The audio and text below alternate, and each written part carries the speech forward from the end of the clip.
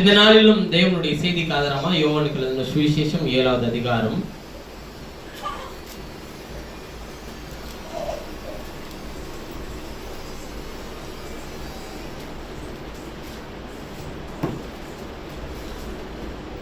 கீழே கூட்டங்களை நடத்தலாம் என்று தீர்மானித்தேன். ஆனால் கீழே நடத்த முடியாத சூழல். அதனால் நாம் மேலே தான் நடத்த வேண்டும். அதை குறித்து முடித்த பிறகு நாம் பேசலாம். யோவானுக்கு எழுதின சுவிசேஷம் 7வது அதிகாரம்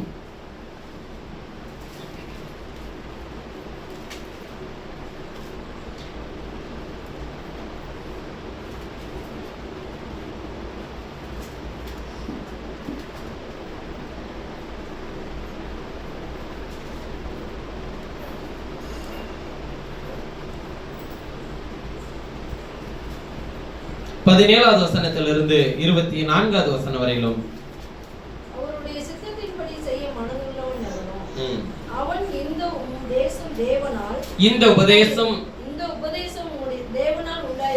இந்த உபதேசம் தேவனால் உண்டாயிருக்கிறதோ நான் சுயமாய் பேசுகிறேனோ என்று அறிந்து கொள்வான். யாரு? அவருடைய சித்தத்தின்படி செய்ய மனதுள்ளவன் எவனோ அவன் இந்த உபதேசம் தேவனால் உண்டாயிருக்கிறதோ நான் சுயமாய் பேசுகிறேனோ என்று அறிந்து கொள்வான். சுயமாய் பேசுகிறவன் தன் சுயமகிமையை தேடுகிறான். தன்னை அனுப்பினவரின் மகிமையை தேடுகிறவன் எவனோ உண்மையுள்ளவனாய் இருக்கிறான். அவனிடத்தில் அநீதி இல்லை. மோசே நியாயப்பிரமாணத்தை உங்களுக்கு கொடுக்கவில்லையா? அப்படி இருந்தும் உங்களில் ஒருவனும் அந்த நியாயப்பிரமாணத்தின்படி நடக்கிறதில்லை.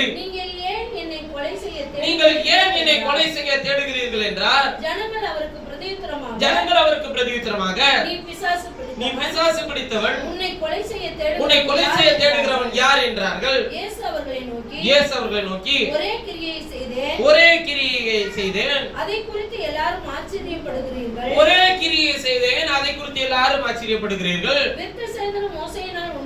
விருத்த சேதனம் மோசேயினால் உண்டாகாமல் பிதாக்களால் உண்டாயிற்று. பின்பு மோசே அதை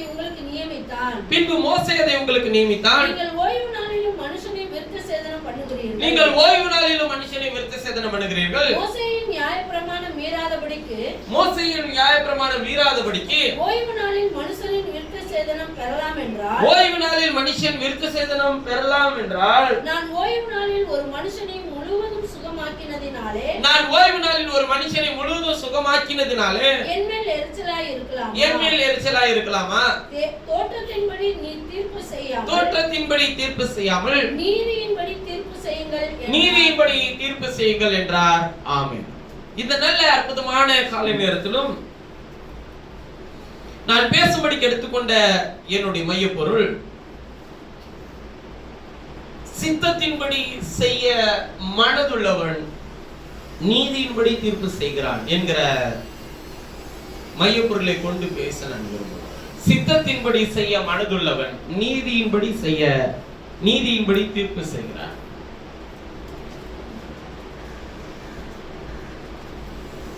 கடந்த சில வாரங்களாகவே நான் உங்களுக்கு இந்த காரியத்தை குறித்து கொஞ்சம் சில செய்திகளில் பேசி வந்திருக்கிறேன். வேதம் சொல்லுகிறது, நீங்க இந்த 7வது அதிகாரத்தை நீங்கள் வாசிக்கும் போது நிறைய ஆச்சரியப்படக்கூடிய விஷயங்கள் வேதத்தில் எழுதப்பட்டிருக்கும். அதாவது யூதர்களே ஆச்சரியப்பட்ட விஷயத்தை பார்ப்போம். 7வது அதிகாரம் 12வது வசனத்தை வாசிக்கும் போது பாருங்களேன். பண்டிகையிலே யூதர்கள் அவரை தேடி அவர் எங்கே இருக்கிறார் என்றார்கள். ஜனங்களுக்குள்ளே அவரை குறித்து முறுமுறுப்பு உண்டாயிற்று. சிலர் அவர் நல்லவர் என்றார்கள், வேறு சிலர் அப்படியல்ல, அவர் ஜனங்களை வஞ்சிக்கிறவன் என்று சொல்லிக் கொண்டார்கள். ஆனாலும் யூதருக்கு பயந்திருந்ததினாலே ஒருவனும் அவரை குறித்து தாராளமா என்ன பண்ணலையா? பேசவில்லை. பாதி பண்டிகையான போது இயேசு தேவாலயத்துக்கு போய் உபதேசம் பண்ணினார். அப்பொழுது யூதர்கள் இவர் கல்லாதவராய் இருந்தும் வேத எழுத்துக்களை எப்படி அறிந்திருக்கிறார் என்று ஆச்சரியப்பட்டார். இயேசு அவர்களுக்கு பிரதியுத்தரமாக என் உபதேசம் என்னுடையதா இராமல் என்னை அனுப்பினவருடையதா இருக்கிறது அப்படின்னு சொல்றாரு. சொல்லிட்டு 17வது வசனத்துல சொல்லும்போது சொல்றாரு, அவருடைய சித்தத்தின்படி செய்ய மனதுள்ளவன் எவனோ அவன் இந்த உபதேசம் தேவனால் உண்டாயிருக்கிறதோ நான் சுயமாய் பேசுகிறேனோ என்று அறிந்து கொள்வார். இந்த காலை நேரத்தில் நான் அறிந்து கொள்ள வேண்டிய மிக முக்கியமான ஒரு சூழலில் நாம் ஜீவித்துக் கொண்டிருக்கிறோம். தேவன் தம்முடைய சித்தத்தை நம்முடைய வாழ்க்கையிலே செய்ய வேண்டுமானால் நீங்கள் அவருடைய சித்தத்தை அறிந்து கொள்ள வேண்டியது மிக அவசியம். தேவனுடைய சமூகத்துக்குள்ளே நாம் உள்ளே பிரவேசிக்கும் போது ஏதாகிலும் ஒன்றை தேவன் நமக்கு கற்றுக் கொடுப்பாரா அல்லது நாம் ஏதாகிலும் ஒன்றை அவரிடத்திலிருந்து பெற்றுக்கொள்ளலாமா என்கிற எண்ணங்களிலே நாம் தேவனுடைய சமூகத்துக்குள்ளே வருவோம். பாருங்கள், ஒரு விஷயத்தை நினைவில் வைத்துக் கொள்ளுங்கள். நம்முடைய வாழ்க்கையில் நம்முடைய சூழ்நிலைகளில் எல்லாவற்றிலும் ஒரு குறைவுகள், பிரச்சனைகள், நெருக்கடிகள், போராட்டங்கள் வரும்போதெல்லாம் இன்றைக்கு கர்த்தர் இதை குறித்து ஏதாகிலும் பேசுவாரா, இந்த விஷயத்தை குறித்து ஏதாகிலும் நம்மோடு கூட இதிலிருந்து விடுதலையாக இது நாம் எப்படி சரி செய்ய வேண்டும் என்பதை குறித்து கர்த்தர் பேசுவாரா என்கிற எதிர்பார்ப்பிலே நாம் வருகிறது உண்டு. ஆனால் ஆராதனை என்பது நாம் தேவனை தொழுது கொள்ளுகிற ஒரு அற்புதமான ஒரு இடம். தேவனை தொழுது கொள்ள தேவன் நம்மை தேர்ந்தெடுத்திருக்கிறார் என்பதே மிகப்பெரிய ஒரு ஸ்லாக்கியம். நம்முடைய எல்லா சூழ்நிலைகள் மத்தியிலும் நாம் தேவனை ஆராதிக்க தொழுது கொள்ள கர்த்தர் நம்மை கூட்டி சேர்க்கிறார் என்பதே மிகப்பெரிய கர்த்தர் நமக்கு கொடுத்திருக்கிற மிகப்பெரிய ஸ்லாக்கியங்க. இதிலே நாம் ஒன்றை அறிந்து கொள்ளாமல் இருக்கிறது என்னன்னு கேட்டீங்கன்னா, நாம் யார், நாம் எப்படிப்பட்ட இடத்திலே கர்த்தர் நம்மை வைத்திருக்கிறார் என்பதெல்லாம் நம்ம அறிஞ்சுக்கிறது இல்லாம நாம இன்னும் நம்மளுக்கான விஷயங்கள் குறித்து கர்த்தர் ஏதாவது பேசுகிறத கேட்டு நாம நம்பிட்டு அப்படியே போயிட்டே இருப்போமா அப்படிங்கிற மாதிரி நம்ம நினைக்கிறோம். இதைதான் பழைய ஏற்பாட்டு காலத்திலிருந்து எல்லாரும் செய்து வந்தார்கள். யாரெல்லாம் கேட்டீங்கன்னா, இஸ்ரவேலர்கள் எல்லாம் தங்களுடைய பிரச்சனைகளை எடுத்துக்கொண்டு தீர்க்கதரிசியாகிய மோசேயின் இடத்துக்கு வருவார்கள். அவன் எல்லாவற்றையும் விசாரித்து எழுதியிருக்கிறதின்படி தீர்ப்பு செய்வான். இதை செய்யாதீர்கள், இதை செய்யுங்கள் என்று அவன் காலை முதல் சாயங்காலம் வரையில் உட்கார்ந்து ஜனங்களுக்கு தீர்ப்பு செய்து கொண்டிருந்தான் என்று வேதம் சொல்லுகிறது. பழைய ஏற்பாட்டில் நீங்கள் வாசிக்கும் போது ஒரு நாள் மாமனாகிய எத்திரோ மோசேவை சந்திக்க போன போது மோசே உட்கார்ந்து நியாய விசாரித்துக் கொண்டிருக்கிறதை பார்த்து கொண்டிருந்தார். அப்போது கர்த்தருடைய ஆவியினாலே மோசேக்கு ஒரு ஆலோசனை கொடுத்தான். என்ன ஆலோசனை? நீ ஜனங்களிலே 50 பேருக்கு 100 பேருக்கு ஒருவனை நியமித்து அவர்களை நியாய விசாரிக்கட்டும். அவர்களால் நியாய விசாரிக்க முடியாதபடிக்கு ஒரு காரியம் வந்தால் அதை குறித்து நீ நியாய விசாரி. அது மோசேயினுடைய பார்வையில் எப்படி இருந்தது என்றால் தேவனுடைய ஆலோசனை போல இருந்தது. அதை அப்படியே மோசேயும் செய்தார். ஆனா அப்படி செய்தது பிறகு என்ன நடந்துச்சுன்னு கேட்டீங்கன்னா, ஒவ்வொருவரும் தங்களுடைய காரியத்தின்படி அவர்களுக்கு என்ன தீர்க்க ஆரம்பிச்சாங்க, தீர்ப்பு செய்ய ஆரம்பித்தார். அதாவது 10 கட்டளைகளில கர்த்தர் கொடுத்திருக்கிற விஷயம், உன் தகப்பனையும் தாயும் கனமனுவாயாக அப்படின்னு சொன்னதே எப்படி மாத்திட்டாங்கன்னு கேட்டீங்கன்னா, கொஞ்ச நாள்ல அதாவது மோசேயினுடைய நியாய தீர்ப்புக்குள்ள இருக்கு, மோசேயினுடைய தீர்ப்புல இருந்து நியாய விசாரிக்கிறதுல இருந்து இப்படி எல்லாருக்கும் மாத்தின உடனே என்ன பண்ணிட்டாங்கன்னா, தகப்பனுக்கும் தாய்க்கும் வெகுமதிகளை கொடுத்துட்டா அதன் பிறகு என்ன ஆயிடுச்சு, கனமணி ஆயிடுச்சு அப்படின்லாம் உபதேசத்தை மாத்திட்டாங்க. விருத்த சேதனம் நியாய பிரமாணத்தினால் உண்டானது அல்ல. அதை குறித்துதான் இயேசு இங்க அடிக்கோட்டு காண்பிக்கிறார். யூதர்களுக்கு இயேசு எப்படி ஆச்சரியமாக தோன்றினார் என்று கேட்டால், யூதர்கள் இத்தனை வருஷங்களாக பாரம்பரியமாய் பின்பற்றி கொண்டிருக்கிற ஒரு விஷயத்தை நீ எழுதி வச்சிரு, உனக்கு எழுதி கொடுத்ததே நான் தான், அதை தான் நீ வச்சுட்டு ஃபாலோ பண்ணிட்டு வர. இப்ப அவர்களை பார்த்து எதிர்த்து என்ன பண்றாருன்னா, நான் இப்படி சொன்னதா பைபிள்ல எழுதவே இல்லையா அப்படின்னு கேட்கறதுனாலதான் யூதர்களுடைய பார்வையில அவர் ஆச்சரியம் உள்ளவரா இருந்தார். இவர் கல்லாதவரா இருந்தும் இவர் எப்படி வேத எழுத்துக்களை கற்றிருந்தார்? ஒரு விஷயத்தை நன்றாய் விளங்கிக் கொள்ளுங்கள். தேவனை அறிகிற அறிவு நீங்கள் தேவனிடத்திற்கு சேருகிறதற்கு மாத்திரம் உதவாது, மாறாக இவ்வுலகத்தின் ஜனத்தினுடைய தவறான சிந்தனைகளை ஜெயம் கொள்ளவும் உதவும். ஏன்னா அப்பதான் அவன் பயப்படுவான் உங்களை பார்த்து. எதனால பயம் உண்டாகும்? உலகத்தில் 3 விஷயங்கள் பயத்தை உண்டாக்க முடியும். ஒன்று சர்வாதிகாரம், இன்னொன்று செல்வாக்கு, 3 இது எல்லாத்தையும் விட பெரியது அறிவு, தேவனை அறிகிற அறிவு. இது 3ம் இந்த முதல்ல சொன்ன இந்த 2 இருக்கு இல்லையா, அது என்னன்னா அடிமைத்தனத்தின் பயத்தை உண்டாக்கும். சர்வாதிகாரமும் செல்வாக்கும். அவனுக்கு நிகரால நம்ம போக முடியாது அப்படின்றது பயம் நமக்குள்ள வந்துடும். அவங்கதான் இப்ப தலைமை பொறுப்புல இருக்கிறாங்க, அதனால இனிமே நம்ம அவங்களுக்கு கீழே தான் அப்படிங்கிற பயம் வந்துடும். ஆனா அறிவு இருக்கு இல்லையா, இது தலைமை பொறுப்புல இருக்கிறவன்ட்டி செல்வாக்கு இருக்கிறவன்ட்ட கூட என்னத்தை உண்டாக்கிருங்க? பயத்தை உண்டாக்கும். தேவனை அறிகிற அறிவு ராஜ்யங்களை கலங்க பண்ணினது. தேவனை அறிகிற அறிவு ராஜாக்களை கலங்க பண்ணினது. இஸ்ரவேலர்களை கர்த்தர் நடத்துகிறார் என்கிற செய்தி கானானில் இருக்கிற எல்லா ராஜாக்களுக்கும் கலக்கத்தை உண்டாக்குனுச்சா இல்லையா? இஸ்ரவேலர்களை 40 வருஷம் வனாந்தரத்துல நடத்தின அந்த செய்தி கானானில் இருக்கிற எல்லா ராஜ்யங்களையும் கலங்க பண்ணினதா இல்லைங்களா? சொல்றாங்க, முதலாய் கானான் உள்ள நுழையிறதுக்கு முதலில் இருந்த தேசமே எரிகோ பட்டணம் தான். எரிகோ பட்டணத்திற்குள்ளே 2 வேவுக்காரர்கள் வந்துட்டாங்கன்னு அவர்களை பிடிச்சு அழிச்சிடணுன்றதுக்காக ஆட்களை அனுப்பினான் எரிகோவின் ராஜா. அப்ப ராகாபேசியினுடைய வீட்டிலே போய் அவர்கள் ஒளித்துக் கொண்டார்கள். ஒளிஞ்சிக்கும் போது ராகாபேசி சொன்ன விஷயம் என்ன தெரியுங்களா? உங்கள் தேவன் உங்களை நடத்துகிற காரியத்தை குறித்து எங்கள் தேசத்தில் பயம் குடிக்கொண்டிருக்கிறது. ஐயா, நீங்கள் எப்பேற்பட்ட ஆளுகைக்குள்ளே இருக்கிறீர்கள் என்பதை நம்முடைய நடக்கையில், நம்முடைய சிந்தையில் நம்ம என்ன பண்ணணுங்க? வெளிப்படுத்தணும். இந்த சும்மா அந்த அடிமைத்தனத்தின் பிள்ளைகளை போல நீங்கள் ஜீவிக்க எனக்கு ஒரு நாள் விருப்பம் இல்லை. அடிமைத்தனத்தின் வீட்டில் இருக்கிற பிள்ளைகள் எப்படி ஜீவிப்பார்கள்?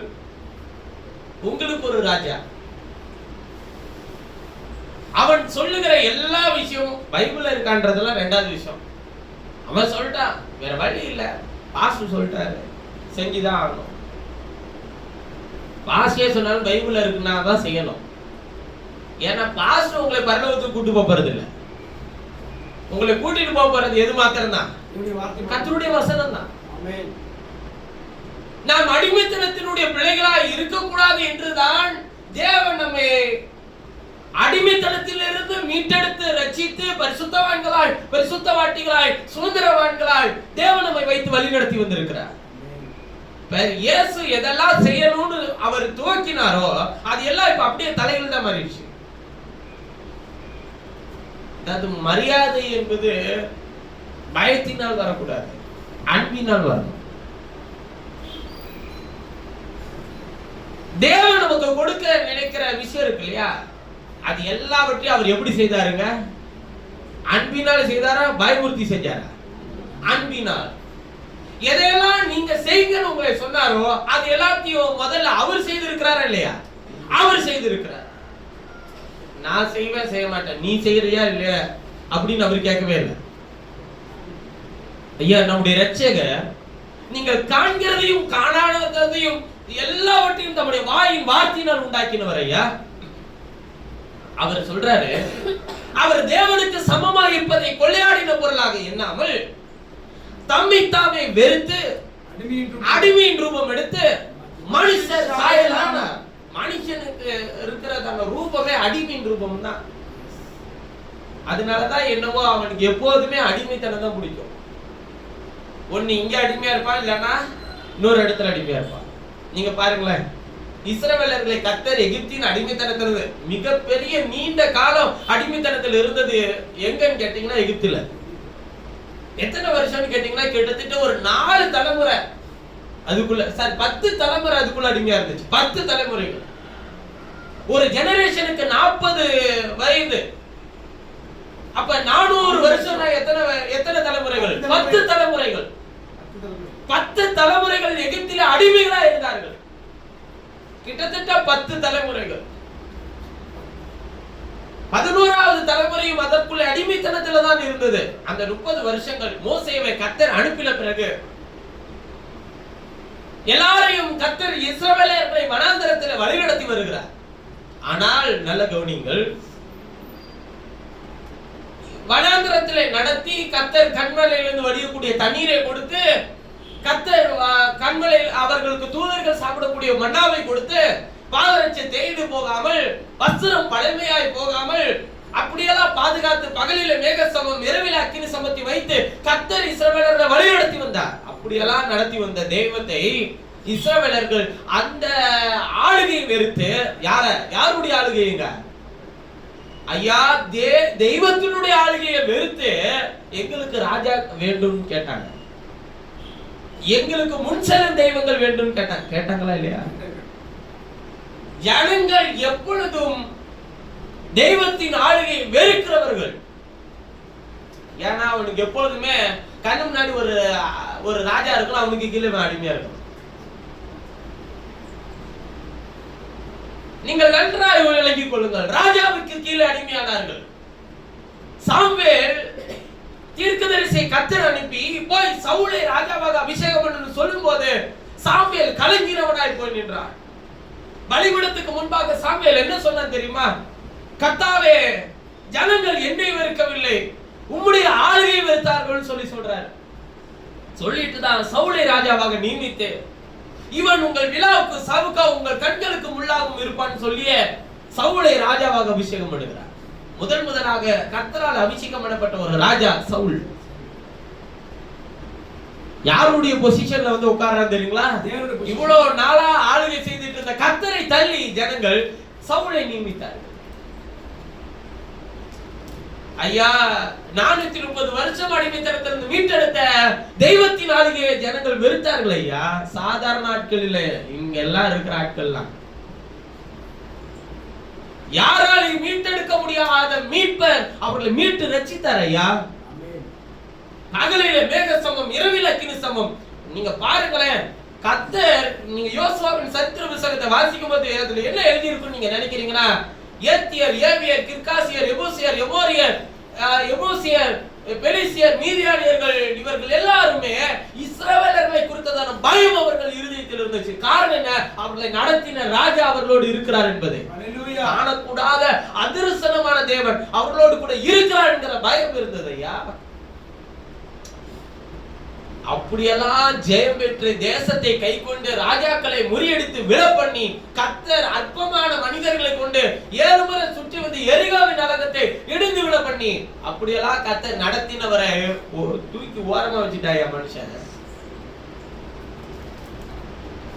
ஓரமா வச்சுட்டு யார கேட்டாங்க? எங்களிலே ஒரு ராஜா இருக்கு.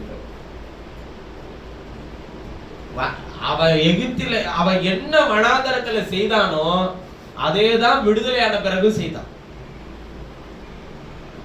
சரி, இப்ப ராஜாவை கொடுத்தாச்சு. ஒரு ராஜா கர்த்தருக்கு பிரியமா இருக்கிறான், இன்னொரு ராஜா கர்த்தருக்கு அருவருப்பானதை செய்கிறான். ஒரு ராஜா கர்த்தருக்கு பிரியமானதை செய்கிறான், இன்னொரு ராஜா கர்த்தருக்கு அருவருப்பானதை செய்கிறான். மாத்தி மாத்தி மாத்தி மாத்தி ஜனங்களை என்ன பண்றாங்க? நடத்துறான். ஒரு கட்டத்துல தீர்க்கதரிசிகள் எல்லாரையும் கொலை செய்யும்படிக்கு ஒரு ராஜா வந்தா ஆகாப். ஆகாபினுடைய மனைவி ஏசபேல் எல்லா தீர்க்கதரிசிகளையும் கொல்லப்பட்டான். கர்த்தருடைய தீர்க்கதரிசிகளை. அவள் கைக்கு தப்பின ஒரே தீர்க்கதரிசி எலியா மாத்திரம். அவன் சொன்னா 2 நினைவினால் குந்தி குந்தி நடக்காது. கர்த்தர் தெய்வமானால் கர்த்தரை பின்பற்று, பாகால் தெய்வமானால் பாகாலை பின்பற்று. சரி, இந்த அடிமைத்தனத்துக்குள்ள 10,000 வருஷம் இருக்கிறான். சவுல்ல ஆரம்பிச்ச ராஜாக்களுடைய ஆரம்பம். எசேக்கியா ராஜா ஜனங்களை ஆளுகிற வரையிலும் இப்படி எத்தனையோ ராஜ்யங்களை ஜனங்கள் பார்த்தது. இப்ப பாருங்க, இந்த ராஜாக்கள் எல்லாரும் கூட்டிட்டு போய் இவங்களை எங்க விட்டாங்க? மறுபடியும் எசேக்கியா ராஜாவினுடைய காலத்திலே இவர்களை எல்லாரையும் கூட்டிட்டு போய் பாபிலோனின் அடிமைத்தனத்துக்கு விட்டுட்டான். இந்த பாபிலோனின் அடிமைத்தனத்துக்குள்ள போன ஜனங்களை மீட்டு ரட்சிக்க மீட்பரை கர்த்தர் அனுப்பவே இல்லை, ரட்சகரை அனுப்பவே இல்லை. சகரியால சொல்லும்போது சொல்லுகிறார், சியோன் குமாரத்தியே, பாபிலோன் குமாரத்தின் இடத்தில் குடியிருக்கிற சியோனே, உன்னை நீயே விடுவித்துக் கொள். இனிமேலாம் உனக்கு யாரு ரட்சகர்லாம் அனுப்ப மாட்டேன், உன்னை நீயே விடுதலை. நன்றாய் விளங்கிக் கொள்ளுங்கள். இப்போதான் ரொம்ப முக்கியமான விஷயம். விடுதலையாக்கிக்கன்னு சொன்ன அந்த ஜனங்கள் கர்த்தர் அங்கே தன்னுடைய நியாயாதிபதிகளை வைத்திருந்தார். அதாவது நீதியின்படி நடக்கிற ஜனங்களை அங்கே வைத்திருந்தார். தானியேல் தீர்க்கதரிசி சாத்ராக் மேஷாக் ஆபேத்நேகோ பாபிலோனிலே நியமிக்கப்பட்ட எந்த ராஜாங்கத்தின் உத்தரவுக்கும் அவர்கள் கீழ்ப்படியாமல் இருந்தார்கள். கீழ்ப்படியலன்னா என்ன அர்த்தம்னா, அந்த ராஜாங்கத்தின்படி எல்லாம் நடக்கல. அவர்கள் தேவனை அறிந்தவர்கள், தேவனால் அறியப்பட்டவர்கள், தேவனை வெளிப்படுத்த அக்கினி ஜுவாலைக்குள்ளும் சிங்கக்கெபிக்குள்ளும் பிரவேசித்தவர்கள். அதனால் ராஜாக்களே பயந்து தானியேலின் தேவனே இனிமேல் நம்முடைய தேவன் சொல்லி பாபிலோனின் ராஜ்யம் எங்கிலும் தேவனுடைய நாமம் உயர்த்தப்பட்டது. ஏன் நான் திரும்பவும் சொல்லுகிறேன், இந்த ராஜாக்களுடைய அரசாட்சி எல்லாம் அடிமைத்தனத்தில், பாபிலோன் அடிமைத்தனத்தில் இருந்த பிறகு இஸ்ரவேல் எங்கு சென்ற தெரியுமா? இஸ்ரவேல் திரும்பவும் உலகத்துக்குள்ளே பிரவேசித்தது, பாரம்பரியத்துக்குள்ளே பிரவேசித்தது. அந்த பாரம்பரியம் தான் பாபிலோனின் அடிமைத்தனத்திலிருந்து மீட்டெடுத்த பிறகு யூதர்களுக்குள்ளே அதே பாரம்பரியம் பின்தொற்றி வந்தது. எகிப்து கூட சில வருஷங்களுக்கு பிறகு இஸ்ரவேலர்களை விட்டு விலகினது. ஆனால் பாரம்பரியம் இஸ்ரவேலை விட்டு விலகவே இல்லை. அதனாலதான் இயேசு வந்த போதும் இவ்வளவு காலங்களாய் நாங்கள் பாரம்பரியமாய் பின்பற்றி வந்த ஒரு விஷயத்தை இவர் எப்பரா மாத்துறாருன்னு சொல்லி என்ன பண்றாங்க? கொலை செய்ய வகை தேடுறாங்க. ஆனா அவர் கேட்டது என்ன தெரியுமா? நான் உன்னை இப்படி பின்பற்றவே சொல்லவே இல்லையே, நான் என்ன சொல்லி இருக்கிறேன்? நன்றாய் விளங்கிக் கொள்ளுங்கள். அவர் மாம்சத்தில் வெளிப்பட்ட போது இஸ்ரவேலர்களோடு எப்படி போராடி கொண்டிருந்தாரோ அதே போல்தான் இன்றைக்கு மாம்சீக சரீரத்திலே உங்களையும் என்னையும் தம்முடைய பிள்ளைகளாக இணைத்த பிறகும் நீ எத்தனை அடிமைத்தனத்துக்குள்ளதான் நீ போவ. உன்னை எகிப்தாகி உலகத்தின் அடிமைத்தனத்திலிருந்து உன்னை மீட்டு ரட்சித்து உடனே என்னுடைய பிள்ளைகளாக, ஆசாரியர்களாக, லேவியர்களாக நியமித்தார். உங்களுக்குள்ளே ஒரு சில ராஜாக்களை என்ன பண்ணி கொண்ட தேடி, அந்த ராஜாக்கள் என்ன சொல்லுகிறார்கள் என்பதை வேதத்தில் இருக்கிறதா என்பதை பார்க்காமல், எங்கள் சபையினுடைய சட்டத்திட்டம் இதுதான், எங்கள் சபையினுடைய பாரம்பரியம் இதுதான், எங்கள் சபையினுடைய பழக்க வழக்கம் இதுதான், எங்களுடைய மெய்ப்பனுடைய உபதேசம் இதுதான், எங்களுடைய மெய்ப்பனுடைய சொல் இதுதான், எங்களுடைய பின்தொடருதல் இதுதான். அவர் இருக்கிறவரை நாங்கள் அவரை தான் இது பண்ணுவோம். யார? அவரை, மெய்ப்பனை. யாரை? யார அப்ப பின்தொடர்றது இல்லைன்றதை நீங்க உங்க வாயினாலே நியாய தீர்ப்பு கொடுக்குறீங்க. உங்களை எல்லாம் நியாய தீர்க்கவே தேவையில்லை. உங்களை நியாய தீர்க்கிறது நீங்கள் சொன்ன வார்த்தை உங்களை என்ன பண்ணுங்க? நியாயம் தீர்க்கும். ஐயா, தேவன் எதை செய் என்று சொன்னாரோ அது அவங்க சொன்னாதானே நாங்க செய்யறதுக்கு. யாரு சொல்றா யாரு சொல்லலன்றதெல்லாம் முக்கியம் இல்ல. என்ன சொல்லி இருக்கோ அதை எல்லாருமே என்ன பண்ணணுங்க? செய்யணும். கடந்த நாட்களில் என்னுடைய இருதயத்துல தோன்றின ஒரு விஷயத்தை குறித்து நான் உங்களோடு பேசுகிறேன். அதை தான் நான் இந்த செய்தியாகவும் நான் எடுத்திருக்கிறேன். இவ்வளவு காலங்களாய் கிட்டத்தட்ட ஒரு 50 ஒரு 100 வருஷங்களாக தேவனுடைய சரீரமாகிய சபை எப்படி பயணித்திருக்கிற விசுவாசம், நம்பிக்கை, அன்பு இவைகளை குறித்துதான மகத்துவமான விஷயங்களை பிரசங்கிக்கிறது உண்டு.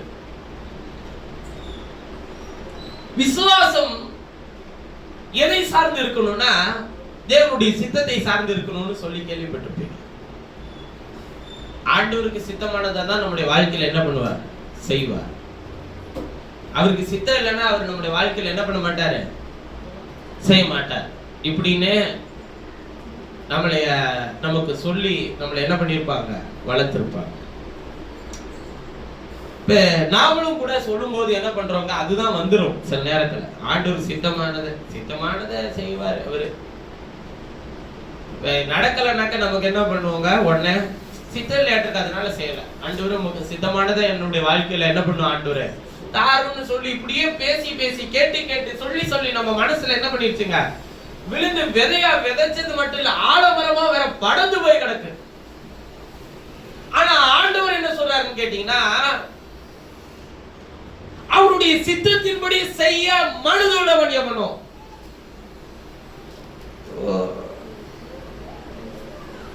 எதின்படி சித்தத்தின்படி செய்கிறவன். சரி, அவர் செய்யட்டும்னு சொல்றதா நாம செய்யணும்னு சொல்றதா? இப்ப நாம எப்படி அவர் சித்தத்தை செய்யணும்? இது எப்படி பிரதர்? சித்தத்தை செய்யறவர் அவர் இல்லையா? இல்ல, அவர் இல்ல, நாம தான் செய்யணும். சித்தத்தை கையில எழுதி கொடுத்துட்டாரு. இதோ உம்முடைய சித்தத்தின்படி செய்ய வர இதோ வருகிறேன். வாசிக்கலாம் அந்த வசனத்தை. எபிரேயர்கள் நிருபம் 10வது அதிகாரம். ஏன்னா தீர்ப்பு எப்படி செய்யறாங்கன்னா, சித்தத்துக்கு புறம்பா செய்யறாங்க. எபிரேயர் 10 7வது வசனத்தை வாசிங்க பார்க்கலாம். அப்பொழுது நான் தேவனே உம்முடைய சித்தத்தின்படி செய்ய இதோ வருகிறேன். அப்பொழுது நான் தேவனே உம்முடைய சித்தத்தின்படி செய்ய இதோ வருகிறேன். புத்தக சுருளில் என்னை குறித்து எழுதி இருக்கிறது என்று சொன்னேன் என்றார். பாருங்க, புத்தக சுருளில் என்னை குறித்து என்ன எழுதி இருக்கிறதோ அதன்படி தான் நான் செய்ய போறேன். தேவனே உம்முடைய சித்தத்தின்படி செய்ய இதோ வருகிறேன். சித்தத்தின்படி செய்ய வந்தது யாரு? இயேசு. அதனால தான் அவர் சொன்னாரு, நான் எப்படி சித்தத்தை செஞ்சனோ அது மாதிரி நீ சித்தத்தை செய்யதான் நான் உனக்கு தெரிஞ்சுக்கிட்டேன். ஆனா நீங்க எல்லாரும் என்ன சொல்லிட்டு இருக்கீங்க இத்தனை வருஷமா? சித்தத்தை நீர் செய்ய ஆண்டவரே, நீர் உங்க சித்தமானதை வாழ்க்கையில செய்ய ஆண்டவரே, செய்ய ஆண்டவரே, செய்ய ஆண்டவரே. ஏன் அவருக்கு சித்தம் இருந்துச்சுன்னா இதை மாற்றி போட்டுக்க கூடாதா? ஏன் அவருக்கு சித்தனா ஏன் அவர் இதை செய்யக்கூடாதா? இல்ல, அவர் சொல்றாரு, இதோ சித்தத்தின்படி செய்ய மனதுள்ளவனாய் இருக்கிறவன் எவனோ அவனும் அவன். நான் சொல்லுகிறது சுயத்தினால் உண்டாகிறதா அல்லது தேவனிடத்திலிருந்து உண்டாயிருக்கிறதா என்பதை அவன் என்ன பண்ணுவானா? அறிந்து கொள்வான். சித்தத்தை செய்யணும்னு நினைக்கிறவனுக்கு தான் அந்த அறிவு வரும். சித்தத்தை செய்யணும்னு சொல்றவனுக்கு எந்த அறிவு வராது? தேவனை அறிகிற அறிவு வராது. அவன் அடிமைத்தனத்தின் அறிவுல தான் இருக்கிறான். நீங்கள் பைபிள்ல ஒரு வசனம் இருக்கு, நம்ம எல்லாருக்கும் தெரிந்த வசனம்.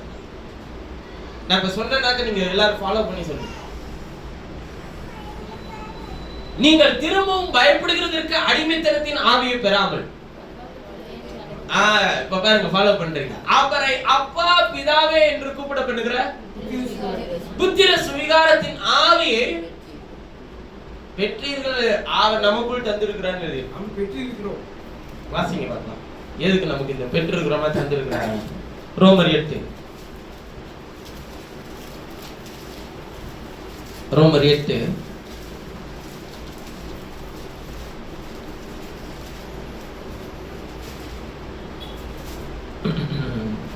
15. அந்தபடி திரும்பவும் பயப்படுகிறதற்கு நீங்கள் அடிமைத்தனத்தின் ஆவியை பெறாமல் அப்பா பிதாவே என்று கூப்பிட பண்ணுகிற புத்திர சுவிகாரத்தின் ஆவியை பெற்றீர்கள். புத்திர சுவிகாரத்தின் ஆவியை பெற்றீர்கள். இதுல 16 17 வாசிங்க. நாம் தேவனுடைய பிள்ளைகளாய் இருக்கிறோம் என்று ஆவியானவர் தாமே நம்முடைய ஆவியுடனே கூட சாட்சி கொடுக்கிறார். ஆவியானவர் தாமே நம்முடைய ஆவியுடனே கூட என்ன கொடுக்கிறாரா? சாட்சி கொடுக்கிறார். என்ன சாட்சி கொடுக்கிறாரு? நாம் பிள்ளைகளால் நீ யாருன்னு சொல்லி அவர் சாட்சி கொடுக்கிறாரா? நாம் பிள்ளைகளால் சுதந்திரமாமே. இல்ல 16வது வசனத்தை வாசிக்கும்போது நாம் தேவனுடைய பிள்ளைகளாய் இருக்கிறோம் என்று நீங்க பெற்றுக்கொண்ட அந்த ஆவியானவர் உங்களுக்குள்ள இருந்து சாட்சி கொடுப்பாராம். நீங்க சாட்சி கொடுக்க தேவையில்லை, அவர் சாட்சி கொடுப்பார். என்னன்னு சாட்சி கொடுப்பாரு? நீங்கள் என்னுடைய பிள்ளைகள் என்று சாட்சி கொடுப்பார். நாம் பிள்ளைகளானால் சுதந்திரரா இருக்கணுமா இல்லையா? சுதந்திரமாமே. தேவனுடைய சுதந்திரரும் கிறிஸ்துவுக்கு உடன் சுதந்திரருமாமே. கிறிஸ்துவுடனே கூட மகிமைப்படும்படிக்கு அவரோடே கூட பாடுபட்டால் அப்படியாகும். கிறிஸ்துவுடனே கூட மகிமைப்படும்படிக்கு அவரோடு கூட மகிமை அடைய அவரோடு கூட பாடுபட்டால் அப்படி ஆகும் ஆகும். வேதம் சொல்லுகிறது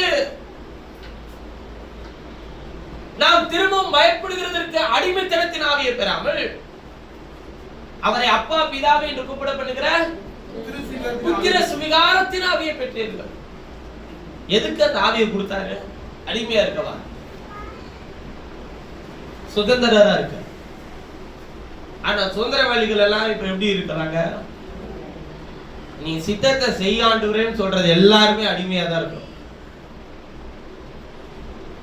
ஏன்னா நீங்க எந்த தேவன்கிட்ட சொல்லலன்னு அர்த்தம்ங்க. அப்படின்னா அவர் சொல்றாரு, என் சித்தத்தை செய்ய நான் உன்னைய வச்சிருக்கிறேன், நீ என்னைய பார்த்து உங்களுக்கு சித்தமானதை செய்யணும்னு சொல்றா. யார்கிட்ட சொல்லிட்டு இருக்கிறோம்? நம்முடைய தேவன்கிட்ட இல்ல. நம்முடைய தேவன் அதை கேட்கவும் மாட்டார். உங்களுக்கு ஒரே ஒரு சின்ன காரியத்தை பைபிள்ல இருந்து எடுத்து கொடுக்குறேன். நீங்க அதை இப்ப படிச்சுட்டு நீங்க எப்படி சொல்றீங்கன்றத பார்க்கணும். தானியேலின் தீர்க்கதரிசன புத்தகத்தை என்னோட திருப்பிக்கணும். என்ன சொல்றாங்கன்றத மட்டும் பாருங்க. ஆனா நாம என்ன சொல்லிட்டு இருக்கிறோம்ன்றத பாருங்க.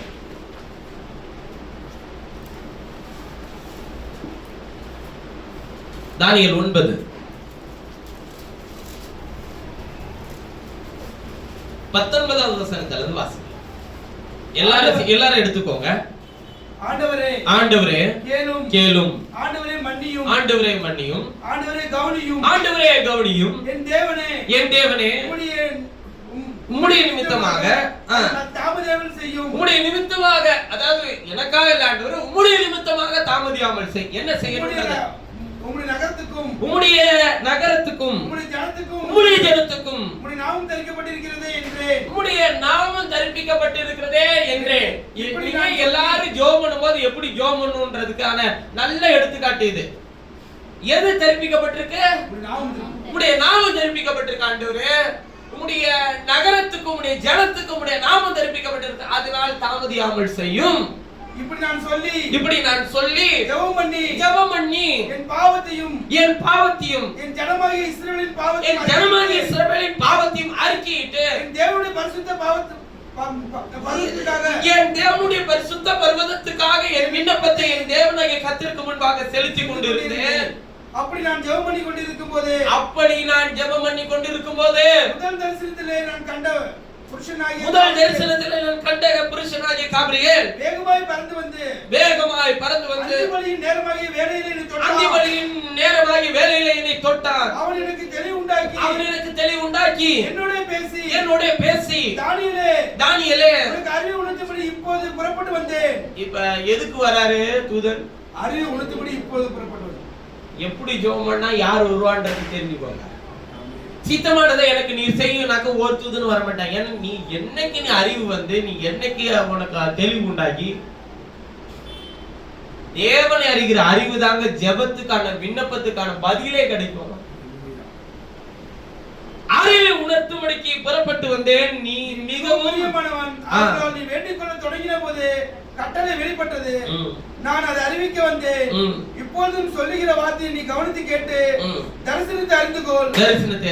மீறுதலை தவிர்க்கிறதற்கும் பாவங்களை தொலைக்கிறதற்கும் அக்கிரமத்தை நிவர்த்தி பண்ணுகிறதற்கும் நித்திய நீதி வருவிக்கிறதற்கும் தரிசனத்தையும் தீர்க்க தரிசனத்தையும் முத்திரிக்கிறதற்கும் மகா பரிசுத்தமுள்ள அபிஷேகம் பண்ணுகிறதற்கும் உன் ஜனத்தின் மேலும் உன் பரிசுத்த நகரத்தின் மேலும் 70 வாரங்கள் செல்லும்படி குறிக்கப்பட்டிருக்கிறது. இப்பொழுது நீ அறிந்து உணர்ந்து கொள்ள வேண்டியது என்னவென்றால் எருசலேமை திரும்ப எடுப்பித்து கட்டுகிறதுக்கான கட்டளை வெளிப்படுவது முதல் பிரபுவாகிய மேசியா வரும் மட்டும் 7 வாரமும் 62 வாரமும் போது என்ன சொல்றாருன்னா, உன் ஜனத்தின் மேலும் உன் பரிசுத்த நகரத்தின் மேலும் 70 வாரங்கள் செல்லும்படிக்கு குறிக்கப்பட்டிருக்கு. அதன் பிறகு அதை வியாக்கியானம் பண்றார். 70 வாரம் எப்படி அப்படின்றத சொல்றாரு. இத நாம தெரிஞ்சுக்க வேண்டிய விஷயம் என்னன்னு கேட்டீங்கன்னா, இன்னைக்கு எப்படி அவனுக்கு வேண்டிக் கொள்ள போது கட்டளை வெளிப்பட்டது. முதல்ல எப்படி ஜெபம் பண்றான் பாரு. எதை பார்த்து ஜெபம் பண்றான்னு கேட்டீங்கன்னா, ஆண்டவரே 70 வருஷம் எகிப்து நாங்க பாபிலோன் அடிமைத்தனத்துல இருப்போம். எரேமியா தீர்க்கதரிசினால் உரைக்கப்பட்டதை நாங்க நினைவு கூர்ந்துட்டோம் ஆண்டவரே. ஆனா இந்த அடிமைத்தனத்திலிருந்து நீங்களாக்குறதற்கான வேலை வந்துருச்சு. இப்ப நாங்க என்ன பண்ண போறோம்னா, இந்த ஜடத்தினுடைய மீறுதலை துவைக்க, பாவத்தை தொலைக்கிறதற்கு உங்களுடைய சமூகத்தில் என்ன ஒப்பு கொடுக்குறாங்க. உம்முடைய நிமித்தமாக அதை தாமதியாமல் செய்யுங்க தாவே. உம்முடைய நகரத்துக்கும் உம்முடைய ஜனத்துக்கும் உம்முடைய நாமம் என்ன பண்ணப்பட்டிருக்கிறது? தரிக்கப்பட்டிருக்கிறது என்று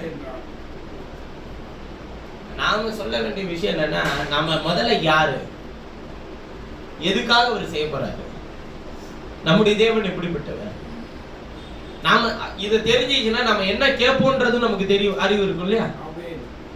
முதல்ல நாம யாருன்றது நமக்கு உங்களை என்ன சொல்லி வச்சிருக்கிறாங்க இன்னமும், நீ பாவி, பாவிகளில் பிரதான பாவி, நீ அசுத்தமான, நீ தேவனுடைய சமூகத்துக்குள்ள வரதுக்கு உனக்கு என்ன இல்ல, திராணி இல்ல, தகுதி இல்ல. வேற இப்ப பாஸ்டா நான் கத்தர் என்னை நியமிச்சிருக்கிறான்னு வச்சுக்கோ, தேவன் என்னை உங்களுக்கு முன்பாக தேவனுடைய வேலைக்காரனை என்னை தேவன் நியமித்திருக்கிறார், அவ்வளவுதான். தேவனுடைய பிரதிநிதியாக, தேவனுடைய சத்தத்தை துணிக்க செய்கிறவனாக கர்த்தர் என்னை நியமித்திருக்கிறார், அவ்வளவுதான். இப்ப நான் சொல்ற எல்லா விஷயங்களும், பேசுகிற எல்லா செய்திகளும் அது சுயத்திலிருந்து வருகிறதா, தேவனிடத்திலிருந்து வருகிறதா என்பதை யார் அறிந்து கொள்ள முடியும்? சுயத்தில் இருக்கவன் அறிந்து கொள்ள முடியாது. தேவனுடைய ஆவியை பெற்றவன் எப்படி அவன் தேவனுடைய ஆவியை பெற்றான்ன்றது தெரியும்.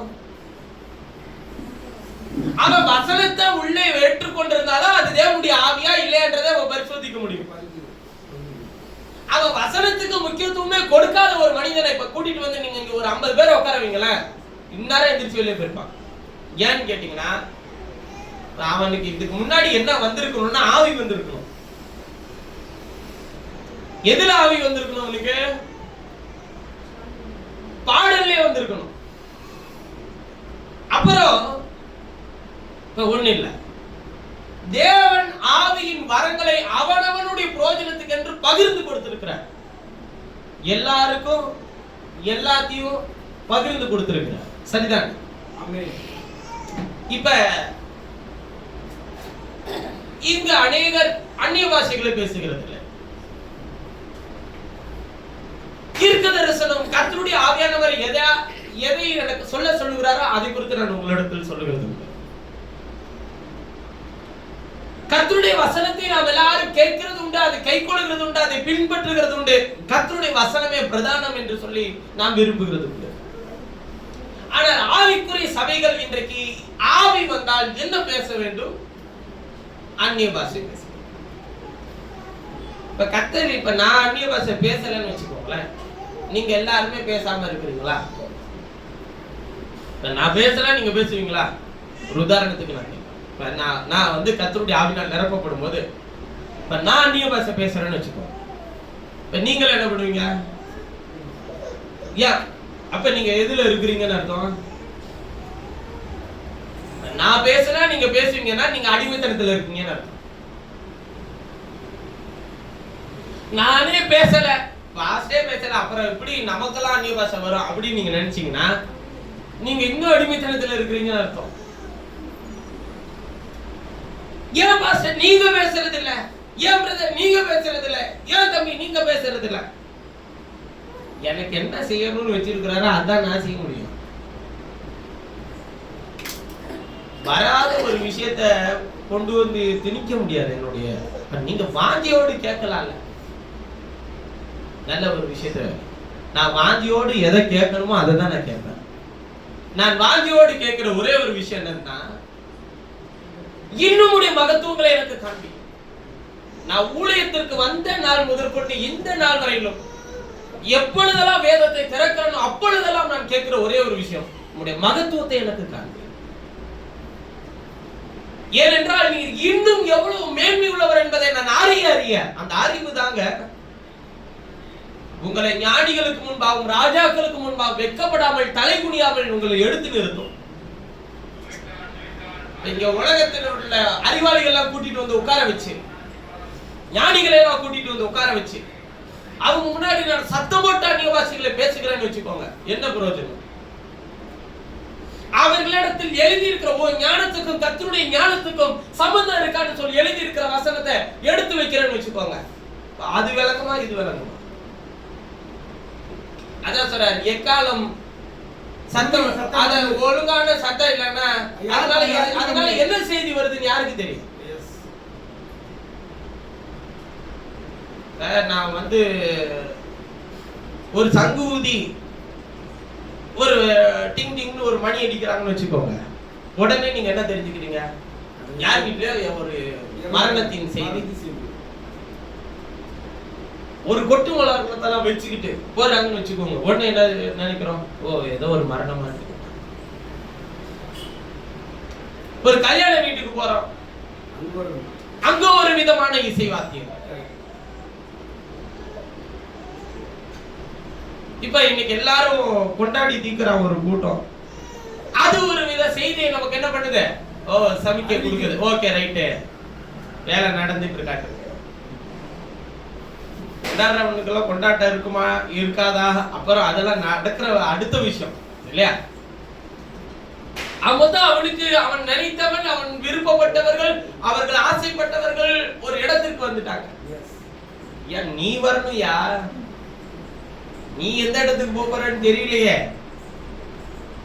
சரி, நம்மளுடைய லீடரை குறித்து யோசிங்களேன் நீங்க. அவரு நம்மளே செலக்ட் பண்றவர், நாம செலக்ட் பண்ற லீடர் இல்ல அவரு. அவர் நம்மளை தேடி வந்து நம்மளே செலக்ட் பண்ணி வச்சிருக்கிறாரு. எப்பயே எங்க அவரை குறிச்சலாம், அவருக்கு நிகரா, அவருக்கு சமமா, அவருடைய அளவுக்கு இங்க ஒருத்தனும் இல்லையா. ஒருத்தர் கூட அவருக்கு நிகரா கொண்டு வந்து வைக்க முடியாதையா. அவர் சுப்ரீம் லீடர். அவரு தான் இருக்கிறதுல சிறந்தவர். அவர் நம்முடைய இருதயத்தின் நினைவையும் யோசனையும் வகை இருக்கிறவர். அப்படிப்பட்ட உன்னதமான தெய்வத்தை ஆராதிக்கிற ஜனங்களாய் கர்த்தர் நம்ம தேர்ந்தெடுத்துருவோம். நாம எல்லாரும் யோசிச்சுட்டு இருக்கோம், இவர் வந்தா நமக்கு பாதுகாப்பா இருக்குமா இருக்காதா, இவர் வந்தா நமக்கு அடைக்கலம் இருக்குமா இருக்காதா, எப்படி இருக்க போதும். நீங்க ஓட்டு போட்டவங்க ஜெயிச்சாங்களோ ஜெயிக்கலையோ, வந்தாங்களோ வரலையோ, நம்மளோட லீடர் எப்போதுமே நம்முடைய கர்த்தராகிய இயேசு. அவர் இருக்கிற வரைக்கும் இந்த உலகத்துல ஒருத்தவனும் ஒரு பய கூட உன் கண்ணு இமையில இருக்கிற முடிவை கூட அகற்ற முடியாது. ஏனென்றால் தேவன் உன்னை ஆசீர்வதிக்க, தேவன் உன்னை பலப்படுத்த, ராஜாக்கள் கண்கள்ல விரல் விட்டவர் யார்? நம்முடைய ரட்சகர். அதாவது எங்க வரையிலும் போய் கிரியை செய்வார்னா, நீ எவ்வளவு என் ஜனத்தை உபத்திரவப்படுத்துறியோ அவ்வளவாய் உன்னை பூமியின் தூளிலே இராதபடி கழித்து போட்டுருவார் கர்த்தர். நான் வியாழக்கிழமையில சொன்ன ஒரு விஷயம் தான், எப்பெல்லாம் நீ நிரந்தரம், இனிமேல் இவர்கள் தான் நிரந்தரம், இப்ப இனிமே இவர்கள் தான் அப்படிலாம் யாரெல்லாம் வார்த்தையை விடுறியோ, ஆபத்து உனக்கு கிடையவே கிடையாது. ஆபத்து அவனுக்கு தான் பிரச்சனை. ஏன்னு கேட்டீங்கன்னா, அந்த நிரந்தரம் நித்தியம் அப்படிங்கிற வார்த்தைக்கு தகுதியானவர் யார்? மட்டும்தான். பாருங்க, இப்ப நான் உங்கள்கிட்ட ஒரு உதாரணத்தை கேட்கிறேன். நரகம் நித்தியமானதா தற்காலிகமானதா? இப்ப இந்த கேள்விக்கு பதில் சொல்லு. நரகம் நித்தியமானதா தற்காலிகமானதா? தற்காலிகமானதுன்னா ஏன் தற்காலிகமானதுன்னு சொல்லணும், நித்தியமானதுன்னா ஏன் நித்தியமானதுன்னு சொல்லணும். நித்தியமானதுன்னு நரகம் நித்தியமானதா? இல்லை, இல்லையா? அங்கே உன் குழு சாகாமல் மக்கி அவியாமலும் இருக்குன்னு சொல்லி எழுதியிருக்கா இல்லையா? அப்ப நரகம் நித்தியமானதா? நரகம் யாருக்காக உருவாக்கப்பட்டது? பிசாசுக்காக. சரி, அப்ப உருவாக்கப்பட்டதுன்னா அது நித்தியமானதா அழிவுக்குரியதா?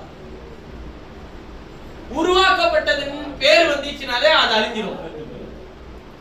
நித்தியமானது ஒன்றே ஒன்றுதான், நித்திய ஜீவன். நித்திய மரணம் பைபிள்ல எங்க எழுதல. நித்திய மரணம் ஒன்று இருக்கா? இல்ல. இரண்டாம் மரணம். மரணம் என்றால் முடிவு. நரகம் மரணத்துக்கு நேராக நடத்துகிறது, முடிவுக்கு நேராக கொண்டு சேர்க்கிறது. அதுல எல்லாத்தையும் சேர்த்தோடனே அதுவும் ஒரு நாள் என்ன பண்ணிருங்க, முடிவுக்கு வந்துடும். நித்திய ஆக்கினை என்று வேதம் எழுதி இருக்கிறது. நித்திய நரக ஆக்கினை என்று வேதம் சொல்லி இருக்கிறது. ஆக்கினை என்றால் நியாய தீர்ப்பு. இனிமேல் அதிலிருந்து ஒருத்தன் உன்னை மீட்டு கொண்டு வர முடியாது. ஆனால் நித்திய ஜீவன் ஒன்றே ஒன்றுதான். நித்தியமானவர் நம்முடைய இரட்சகராகிய இயேசு ஒருவர் மாத்திரம்தான். நித்தியம், நிரந்தரம், எப்பொழுதும் இரட்சகர் தான். அவருக்கு நிகராகவோ, அவருக்கு சமமாகவோ, அவருக்கு மேன்மையாகவோ நினைக்கணும்னு நினைச்சாக்க கூட அவன் கீழே விழுந்துருவான். பாருங்க, கர்த்தர் எல்லா தகுதியும் கொடுத்தார், எல்லா மேன்மையும் கொடுத்தார், எல்லா ஆசீர்வாதத்தையும் கொடுத்தார். யாருக்கு? பிசாசுக்கு. இப்ப நம்ம பிசாசுன்னு சொல்றோம். அவன் தூதனா இருக்கும்போது அவன் தேவனுக்கு சமமானவனாக இருப்பேன் என்று தன் இருதயத்தில் நினைத்து கொண்டான். ஏன்னா அந்த மகிமையெல்லாம் வந்ததுனால. மகிமை வந்துருச்சுன்னா இவனுக்கு என்ன தோணுது? தேவனுக்கு நிகரா. அது கொடுத்தது யாருன்றது என்ன பண்ணிடுறான்? மறந்துடுவான். மனிதனுடைய இயல்பே என்ன தெரியுமா?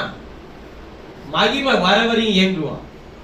அது வந்துருச்சுன்னா உடனே என்ன சொல்றான்? அது எப்படி வந்துச்சுன்றதே இது இது யாருக்கும் இல்லாத ஒரு தன்மை இல்லை, எல்லாருக்கும் இருக்கும். ஐயா, முறையா தூதர்கள் சாப்பிடக்கூடிய மன்னாவை கொடுத்தப்ப இஸ்ரவேலர்கள் என்ன சொன்னாங்க? தேனிலிட்ட பணியாரம். அதே இஸ்ரவேலர்கள் அது என்ன சொன்னாங்க? மன்னா என்னத்துக்கு? அற்பமான போஜனம். அதுக்கு அவன் வச்ச பேரு. இந்த அற்பமான போஜனம் என்னத்துக்கு? நான் எகிப்தில இறைச்சி பாத்திர தண்டையில ஞாயிற்றுக்கிழமையில உட்காந்து நான் சாப்பிட்டதெல்லாம் நான் நினைவு கூறுகிறேன். போயிட்டாயா நேரம் அங்க வெள்ளரிக்காயை குட்டிக்கிறீங்க தின்ன கூட்டத்தை கூட்டிட்டு வந்தா கூட்டு வந்து தேனிலிட்ட பணியாரத்தை டெய்லி கொடுத்தோடனே தேனு கூட அவனுக்கு என்ன ஆயிடுச்சுங்க? நீங்கள் ஒரு இடத்தை அடைய வேண்டும் என்று பிரயாசப்படுவீங்க. அந்த இடத்துக்கு போனோன்னே இதுக்காக இவ்வளவு நேரம் பிரயாசப்பட்டா அப்படின்ற மாதிரி கீழே வந்துருவீங்க. அது அசட்டை பண்ணுவோம். அதாவது அந்த இடத்துக்கு போன பிறகு அந்த இடத்தையே என்ன பண்ணிடுவாங்க? அசட்டை பண்ணுவோம். அதனாலதான் ஆண்டவர் சொல்றாரு, ஆரம்பத்தில் துரிதமாய் கிடைக்கிற சுதந்திர முடிவில் என்ன பண்ணாதுன்றாரு? நிலை பெறாது, நிலைக்காது. தேவன் தம்முடைய ஜனத்துக்கு எதை தர வேண்டும் என்று விரும்புகிறாரோ அதை நிலைநிறுத்ததை, ஆசீர்வதிக்காத, உயர்த்த தேவன் வல்லவராய் இருக்கிறார். சில நேரத்துல கர்த்தர் இழுத்தடிச்சு சிலதை கொடுப்பாரு பாருங்க, அது நல்லது. அதுக்காக நீ காத்திருந்ததுக்கு நல்லது அப்படின்னு உன்னை நினைக்க வைப்பாரு கர்த்தர். ஆனா சொன்னபடி அவர் நிச்சயமா நமக்கு என்ன பண்ணுவாருங்க? தருவார். அவர் தராம போயிருவாரா பிரதர்? இன்னும் வருஷம் இத்தனை வருஷம் ஆச்சு பிரதர். அவர் தராம போயிருவாரா பிரதர்? இத்தனை மாசம் ஆயிடுச்சு பிரதர். அவர் தராம போயிருவாரா பிரதர்? இத்தனை யுகங்கள் கடந்து எத்தனை வருஷங்கள் ஆனாலும் தேவன் செய்ய நினைத்ததை தடை பண்ணுகிறவன் யார்? ஒரு மனுஷனுக்கு வல்லம் இல்லையா? ஒரு மனுஷனுக்கு வல்லம் இல்ல. விசுவாசத்தை விட்டு நீ துளியளவு குறைஞ்சிராத. ஏன்னா நம்முடைய தேவன் எல்லாவற்றையும் சிருஷ்டித்து படைக்கிறவர், நம்முடைய இரட்சகர். அதனாலதான் அவர் சொல்றாரு, முதல்ல நீ யார்ன்றதை அறிக்கை செய். முதல்ல ஜெபத்துல நீ யார்ன்றதை அறிக்கை செய். உனக்கு என் நாமத்தை தரிப்பிச்சிருக்கிறன்றதை அறிக்கை செய். நீ என்னுடையவன் என்பதை அறிக்கை செய். அப்புறம் ஜெபம் பண்ணு. உன் பாவத்தை, மீறுதல்களை தொலைத்து போடு. கர்த்தாவே இறங்கும் என்று சொல்லிக்க. போதாண்டவரை இவ்வளவு நாள் அடிமையா இருந்தது போதும் ஆண்டவரே, என்னை மீட்டு ரட்சிக்கிற மீட்பராய் நீர் இருக்கிறீர் என்று சொல்லி அறிக்கை செய். சித்தத்தை செய்ய ஆண்டவரே. அவர் சித்தமானதை எப்பயோ செய்யறோம் செய்யட்டும். இல்ல அவர் சித்தத்தை நிறைவேற்றிக் கொள்ள நான் என்ன செய்யணுமோ அதை நான் செய்யணும். என்ன செய்யலாம் பிரதர்? என்ன செய்யலாம்? சித்தத்தை நான் என்ன எப்படி பிரதர் செய்யறது? கொஞ்சம் எல்லாருமே உங்க வாழ்க்கையில தேவ சித்தம் நடக்கணும்னா இந்த கூடாரம் வந்து சீட்டா இருக்கு, இதை இடிச்சுட்டு ரூபா போடலான்னு இருக்கிறேன். எல்லாருக்கும் ஒரு ஆள் கம்பி வாங்கி கொடுங்க, ஒரு ஆள் சிமெண்ட் வாங்கி கொடுங்க. இதெல்லாம் இல்லையா? இது சித்தம் இல்லையா? என்ன சித்த? உன் கத்தர் உன் வாழ்க்கையில சித்தத்தை நடப்பிக்கணும்னா நீ கத்தருக்கு என்ன செய்த? என்ன செய்யணும்?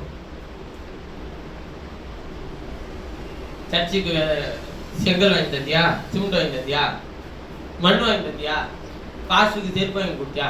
பாசு சாப்பிட்டாரான்னு கேட்டியா? கத்தருக்கு நீ என்ன செஞ்ச? கத்தர் உனக்கு செய்யறது. இவன் கத்தருக்கு செய்யறானா பாசுக்கு செய்யறான்? கேட்கறதே இப்படிதான் நீ கேட்கறான். இதை சொல்றதுனால ஊழியர்களே என்ன, நீ பொழைக்க தெரியாம இருந்த அப்புறம் எப்படி கத்தர் உன்னை ஆசீர்வதிப்பார்? நீ கத்தருடைய ஆசீர்வாதத்தை பெறல, ஜனங்களுடைய ஆசீர்வாதத்தை நீ கொள்ளையடிச்சிட்டு இருக்கிற. கத்தருடைய ஆசீர்வாதம் என்ன பண்ணும்? நீ கேட்க தேவையில்லை. அதை கர்த்தரே உனக்கு தருவார். இப்ப கர்த்தருக்கு என்று நீங்க என்ன செய்யணும்? நீங்க செய்ய வேண்டியது ஒண்ணே ஒண்ணுதான். கர்த்தருடைய வசனத்தை முழு இதயத்தோடு ஏற்றுக்கொள்ளுங்கள். அந்த வசனமே என் வாழ்க்கையிலே கிரியைகளை நடப்பிக்கும் என்பதை முழு இதயத்தோடு, துளியளவு அவிசுவாசியாமல், சந்தேகப்படாமல் அதை முழு இதயத்தோடு விசுவாசியுங்கள். ஆமென். பாஸ்டர் சொல்லிட்டார் அதனால இல்ல இல்ல, கர்த்தருடைய வேதம் இதை சொல்லுகிறது, நான் அதை விசுவாசிக்கிறேன். ஆமென். என்னைக்கு அந்த விசுவாசம் வருதோ அப்பதான் கர்த்தர் உங்களுடைய வாழ்க்கையில கிரியைகள் நடப்பிப்பார். நானும் இத்தனை வாரம் வரேன், பிரதர் வாரில இருந்து ஒண்ணு கூட வர மாட்டேங்குது, என்ன வரணும் நீங்க நினைக்கிறீங்க? ஏதாவது குறி சொல்லணுமா? அதுக்கு நான் ஆள் எடுத்தேன், எனக்கு அது தெரியாது. ஏதாச்சும் மந்திர தந்திரம் எல்லாம் செய்யணுமா?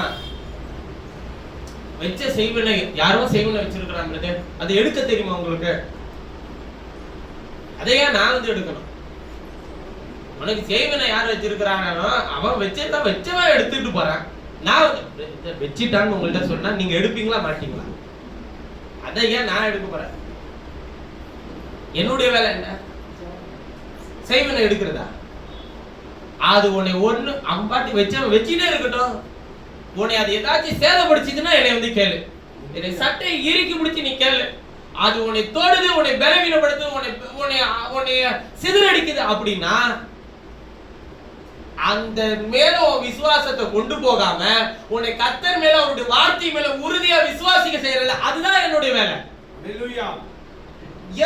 வச்சிட்டு போற காலையில பார்த்த மிருது மிளகாய் வச்சிட்டு போறான், விடு. அவனுக்கு வீட்டுல வச்சுக்க விருப்பம் இல்லாம கொண்டு வந்து வாசல வச்சுட்டு போறான். வேணா உனக்கு அடுப்புக்கு வேணும்னாக்க எடுத்து என்ன பண்ணுங்க, எடுத்து கூட பயன்படுத்திக்கோங்க. அதை எடுத்து போட்டா ஏதாச்சும் எனக்கு ஏதாச்சும் ஆயிருமோ, அந்த அந்த அவிசுவாசத்தை உனக்கு ஏதாச்சும் ஆயிரும். வைத்தால கலக்கு அது எடுத்து பார்க்கும் போதே நமக்கு வைத்து கலக்கிடுச்சு. ஐயா செய்வனை எடுக்கிறதுக்கு கர்த்தர் ஊழியக்காரனை நியமிக்கல, விசுவாசத்தை உங்களுக்குள்ள உண்டாக்க கர்த்தர் வேலைக்காரனை நியமித்தார். இவ்வுலகத்தின் உபதேசத்தை உபதேசித்து உங்களுக்கு பயத்தை உண்டாக்க கர்த்தருடைய வேலைக்காரன் அல்ல, கர்த்தர் மேல் பயத்தை உண்டாக்கி அவருடைய வார்த்தையை பின்பற்றுங்கள் என்கிற விசுவாசத்தை உங்களுக்குள்ள ஏற்படுத்துகிற வேலைக்காரன். அதனாலதான் இயேசு வந்தப்ப சொன்னாரு,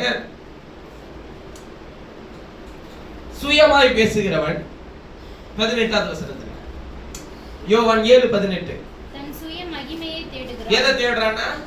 தன் சுய மகிமை. தான் சுய மகிமையை தேடுவான். என்ன சொல்லுவார் தெரியுமா? இவங்க வீட்டுல எவ்வளவு கஷ்டப்பட்டு இருந்தாங்க தெரியுமா? இவங்களை நான் பார்க்கும்போது பிச்சை எடுத்துட்டு இருந்தான். பிசாசின் ருத்ர தாண்டவம் அந்த வீட்டை ஆளுகை செய்துட்டு இருந்துச்சு. என்னைக்கு நான் கால் எடுத்து அவன் வீட்டுல வச்சேன், அன்னையில இருந்து அவன் நீங்கி இப்ப எங்கேயோ இருக்கிறான். ஆனா என்னைய பார்க்க மாட்டேங்கிறான். எதை தேடுறான்? சுயமகிமை.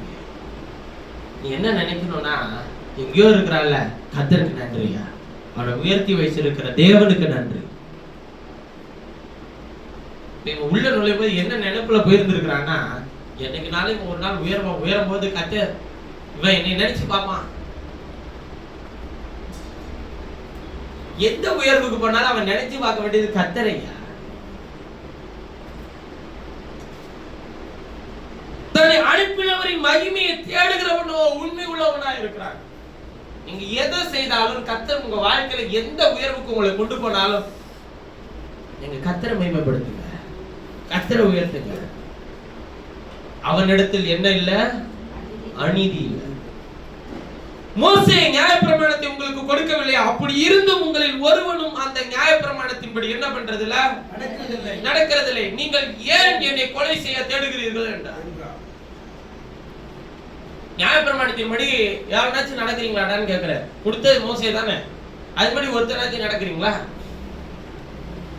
அப்படி நடந்துருந்தா என்னை கொலை செய்ய தேடுவியா? ஏன்னா இப்ப நான் எதனால நீ இப்ப என்னை கொலை செய்ய தேடுற? நான் ஞானத்தினால் தேவனுடைய வசனத்தை இப்படி எழுதி இருக்கு நான் உன்கிட்ட சொல்றதுனால உனக்கு பிரச்சனை. எனக்கு உனக்கு என்ன ஆயிடுச்சு பிரச்சனை?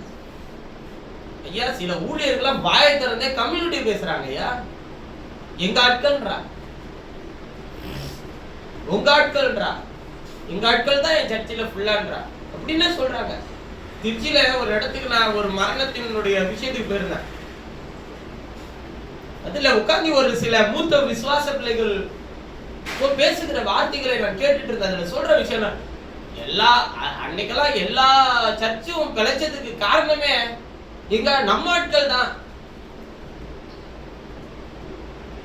எங்க போவா நீங்க நினைக்கிறீங்க?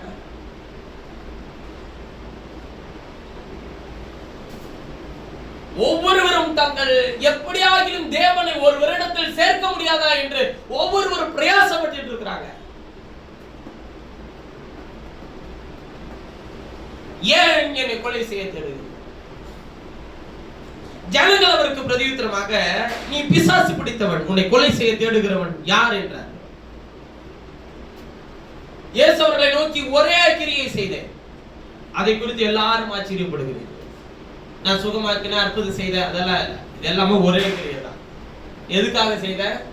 என் வசனத்தை பின்பற்று அப்படின்றதுக்காக நான் செய்தேன். ஆனா அதை குறித்து நீ எல்லாரும் என்ன பண்றீங்க? ஆச்சரியப்படுறீங்க அப்படின்னு சொல்லிட்டு ஒரு விஷயத்தை சொல்றார். விருத்த சேதனம் மோசையினாலே உண்டாகல, பிதாக்களால் உண்டாயிற்று. பின்பு மோசே அதை உங்களுக்கு நியமித்தான், நீங்கள் ஓய்வு நாளில் மனுஷனை விருத்த சேதனம் பண்ணுகிறீர்கள். விருத்த சேதனம் எப்ப உண்டாகல? நியாயப்பிரமாண காலத்துல உண்டாகல, பிதாக்கள் காலத்துல உண்டானது. யார் பிதாக்கள்? ஆபிரகாமின் காலத்துல. அப்ப நியாயப்பிரமாணம் இருந்துச்சா? இல்ல. ஆனா மோசே அதை நியமித்தான் நியாயப்பிரமாணத்தின் காலத்துல. அவனை ஓய்வு நாள்ல கூட விடாம விருத்த சேதனம் பண்ற, அது என்னமோ பெரிய தெய்வீகமான ஒரு விஷயம் தான். இது ஒரு பேர் பிரிக்கப்பட்ட ஒரு நிகழ்ச்சியா இன்னைக்கு நீ அத பெரிய ஒரு விஷயமா நீ ஃபாலோ பண்ணிட்டு வர. ஞானசானத்தை எடுத்துக்கோங்க. அன்னைக்கு விருத்த சேதனம், இன்னைக்கு ஞானசானம். ஒரு உதாரணத்துக்கு சொல்றேன். ஒருத்தவன ஞானசானம் வாங்கி சர்ச்சில் உட்கார வச்சுட்டா அவன் சபையோட உறுப்பினர், அவ்வளவுதான். அதுக்கப்புறமேட்டு அவன் நீ விசுவாசி, அவனுக்கு ஏதாச்சும் பிரச்சனை நடந்துச்சுன்னா உனக்கு விசுவாசம் சரியில்லைன்றான். அப்புறம் அவனுக்கு ஏதாச்சும் ஒரு குறைவு வந்துருச்சுன்னா என்ன சொல்லுவாங்க? வீட்டுல ஏதோ பிரச்சனை இருக்கு. அதுக்கப்புறம் அவனுக்கு வாழ்க்கையில ஏதாச்சும் ஒரு இழப்பு வந்துருச்சுன்னா பிசாசு உன் வீட்டுல என்ன பண்ணிட்டு இருக்க? போராடிட்டு இருக்குமா? சொல்றது யாரு? அவனும் விசுவாசி தான், ஊழியக்காரன் தான். அவன் இன்னொரு விசுவாசியை பார்த்து என்ன சொல்லுவான்? வீட்டுல ஒரு பிசாசின் போராட்டம் இருக்கு. சரி, நான் என்ன கேட்கிறேன், ஒரு சின்ன கேள்விதான். நீங்க எல்லாரும் ஒரு ஆள் ஒரு அப்படி சொல்றவங்களை பார்த்து ஒரு சின்ன கேள்வி கேட்டாங்க, நான் விசுவாசினா என்னை ஏன் சத்துரு மேற்கொள்றான்? அதுக்கு காரணம் யார்?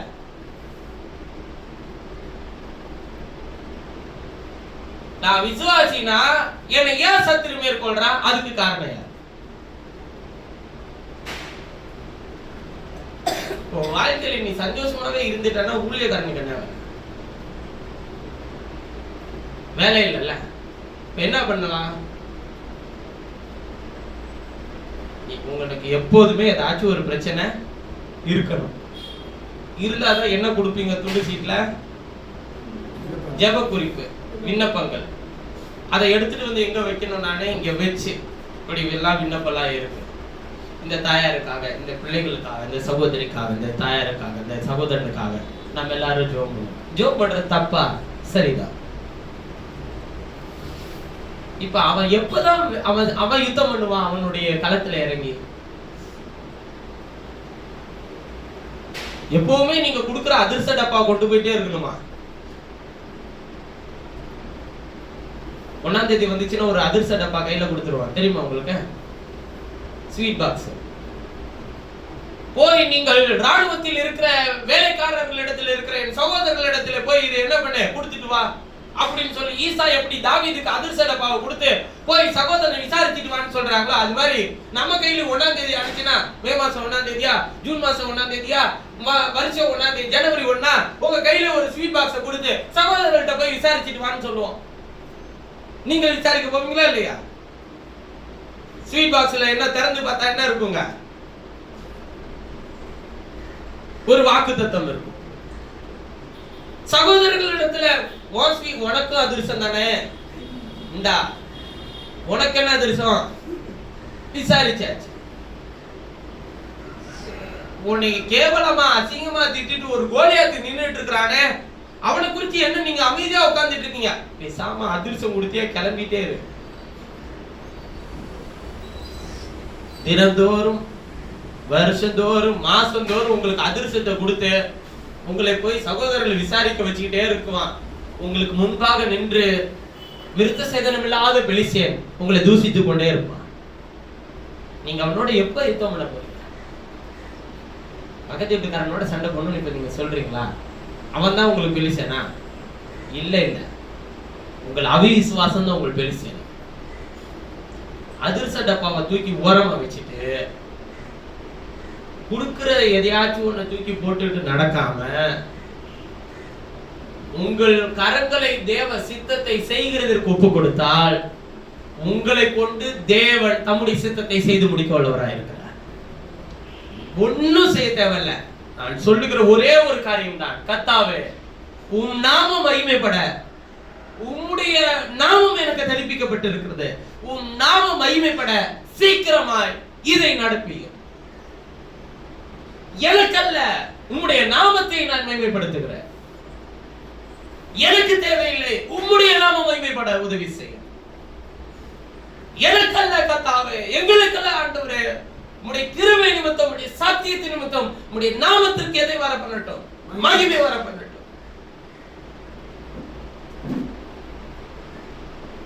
ஐயா,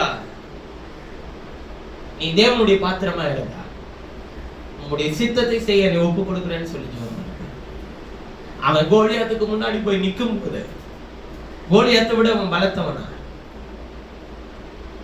சவுலை விட பெரியவனா, அங்க இருக்கிற ராணுவங்களை விட சிறந்த வலிமை உள்ள ஆளா? அவனிடத்தில் இருந்தது எது? நானும் நீ நிந்தித்த இஸ்ரவேலின் தேவனாகிய கர்த்தருடைய நாமத்தினாலே வந்திருக்கிற நாமம் எனக்கு இருக்கிறது. நான் அவதூறாய் பேசுகிற எல்லா நாவுக்கு நான் பதில் கொடுக்கிறது இல்லையா? நிந்தனையாய் தூசணையாய் பேசுகிற நாவுக்கு பதில் கொடுக்கிறது இல்லையா? என் தேவன் தம் நாமத்தை என்னை கொண்டு நிறைவேற்றி முடிப்பார். அதற்கு முற்றிலும் ஒப்பு கொடுத்தார். பேசிக் கொண்டிருக்கும் போதே கவனிலே கூழாங்கலை வைத்து எறிந்தார், கோலியத்தை விட பண்ணினார். தேவன் நேற்று மீண்டும் என்று மாறாதவர், உன் ஜீவியத்தில் அதை செய்து முடிக்க வல்லவராய் இருக்கிறார். உன் மாம்சத்தை கர்த்தருடைய கரத்தில் ஒப்பு கொடு, உன் சிந்தையை கர்த்தருடைய கரத்தில் ஒப்பு கொடு, உன் வாழ்க்கையை கர்த்தருடைய கரத்தில் ஒப்பு கொடு. ஏன் பயமா? நம்ம விருப்பப்படி எல்லாம் வாழ முடியாது பயமா?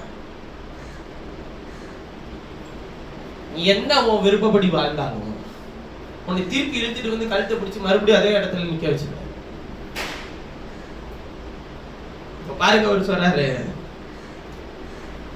எதெல்லாம் நான் செய்யன்னு சொல்லி நான் சொல்லி இருக்கிறோம்னா அதை விட்டுவிட்டு சும்மா அந்த சடங்கு மாதிரி எல்லாம் அதையும் ஞான சனம் ஆயிட்டியா, கர்த்தருடைய பிள்ளை, சரி கர்த்தருடைய பிள்ளை ஆயிட்டியா, ரட்சிக்கப்பட்டியா, ரட்சிக்கப்பட்ட, எப்ப ரட்சிக்கப்பட்ட, இந்த நாள் இந்த டேட்டை சொல்லி நாங்கெல்லாம் பாரம்பரியமா நாங்க முன்னோர்ல இருந்து எங்களுடைய அம்மா அப்பா எல்லாம் ஆண்டவருக்குள்ள வந்தாங்க, அப்படியே நாங்களும் வந்துட்டோம், அப்படியே சரி ரைட்டு எல்லாரும் வந்துட்டேன்.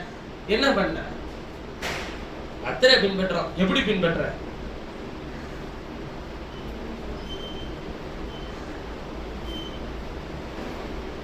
உன் வாழ்க்கையில தேவன் என்ன சித்தத்தை செய்ய விரும்புகிறார், அவருக்கு என்ன சித்தமோ அதை செய்யட்டும். நான் ஊழியத்துக்கு வந்த போது வர்றதுக்கு முன்னாடி என் வாழ்க்கையில ரொம்ப என்னை புரட்டி போட்ட ஒரே வார்த்தை என்ன தெரியுங்களா? சித்தம். கர்த்தருக்கு சித்தமா நீ ஊழியத்துக்கு போற, கர்த்தருக்கு சித்தமா நீ ஊழியத்துக்கு போற, கர்த்தருக்கு சித்தமா நீ பார்ட் டைமா ஃபுல் டைமா செய்ய போறியா? எது தேவ சித்தம்? அழைப்பு இருக்கா? தேவனுடைய பிரத்யட்சமான அழைப்பும் தேவனுடைய செய்தி உள்ள இருக்குதா? சித்தத்தை செய்ய நான் என்ன ஒப்பு கொடுத்திருக்கிறேனே தவிர அவருக்கு சித்தமானபடி என்ன கொடுத்துடுவாங்க. ஆண்டவரே உடைய வார்த்தையின்படி நடக்க என்ன ஒப்பு கொடுக்கிறேன். நீர் எனக்கு தன்னை வெளிப்படுத்தியிருக்கிறேன். நீர் எனக்கு உடைய வசனத்தின் பரிபூர்ண வெளிச்சத்தை வெளிப்படுத்தி தரப்போகிறேன். உண்மை பின்பற்றி வரப்போகிறேன். உங்களுடைய ஜனங்களுக்கு எந்த ஒளிவு மறைவும் இல்லாமல் எழுதப்பட்ட வசனத்தை உள்ளபடி நான் பிரசங்கிக்க பிரசங்க கத்துக் கொடுத்து கூட்டு வந்தாங்க. வேலையா ஒண்ணும் கிடையாது. எத்தனை பிரசங்கப்படுத்தல நீ ஏற்றிருக்கிறாங்க. இன்றைக்கு சகோதரர்கள் எல்லாம் கூப்பிட்டு வந்து நான் இங்க நிப்பாட்டுறதுக்கு காரணம் என்ன நீங்க நினைக்கிறீங்க? பிரதிநிதியின் மூலமா இல்ல, இங்கு வந்து நிற்கிற ஒவ்வொருவரும் மூலமாக தேவன் தம்முடைய அழிவில்லாத கனத்துக்குரிய மகிமையுள்ள வசனத்தை வெளிப்படுத்த வல்லவராயிருக்கிறார். இந்த ஒன் மேன் ஹீரோயிசம் எல்லாம் கிடையவே கிடையாதுங்க.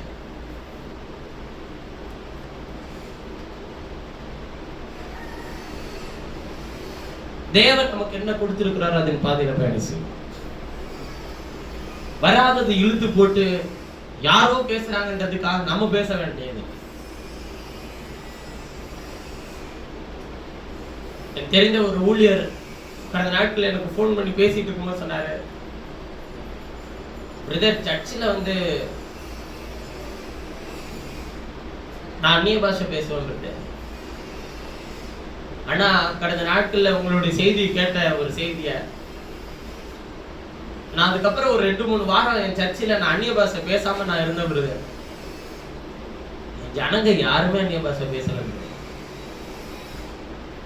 என்ன ஏன் பிரதர் இப்படி பண்றாங்க?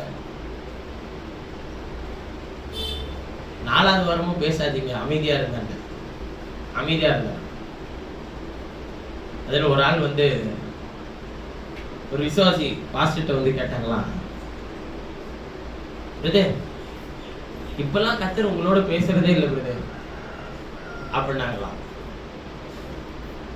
அதை போன வாரம் சொல்லிட்டு இருந்த ரொம்ப அகலாயிச்சார் அவர்.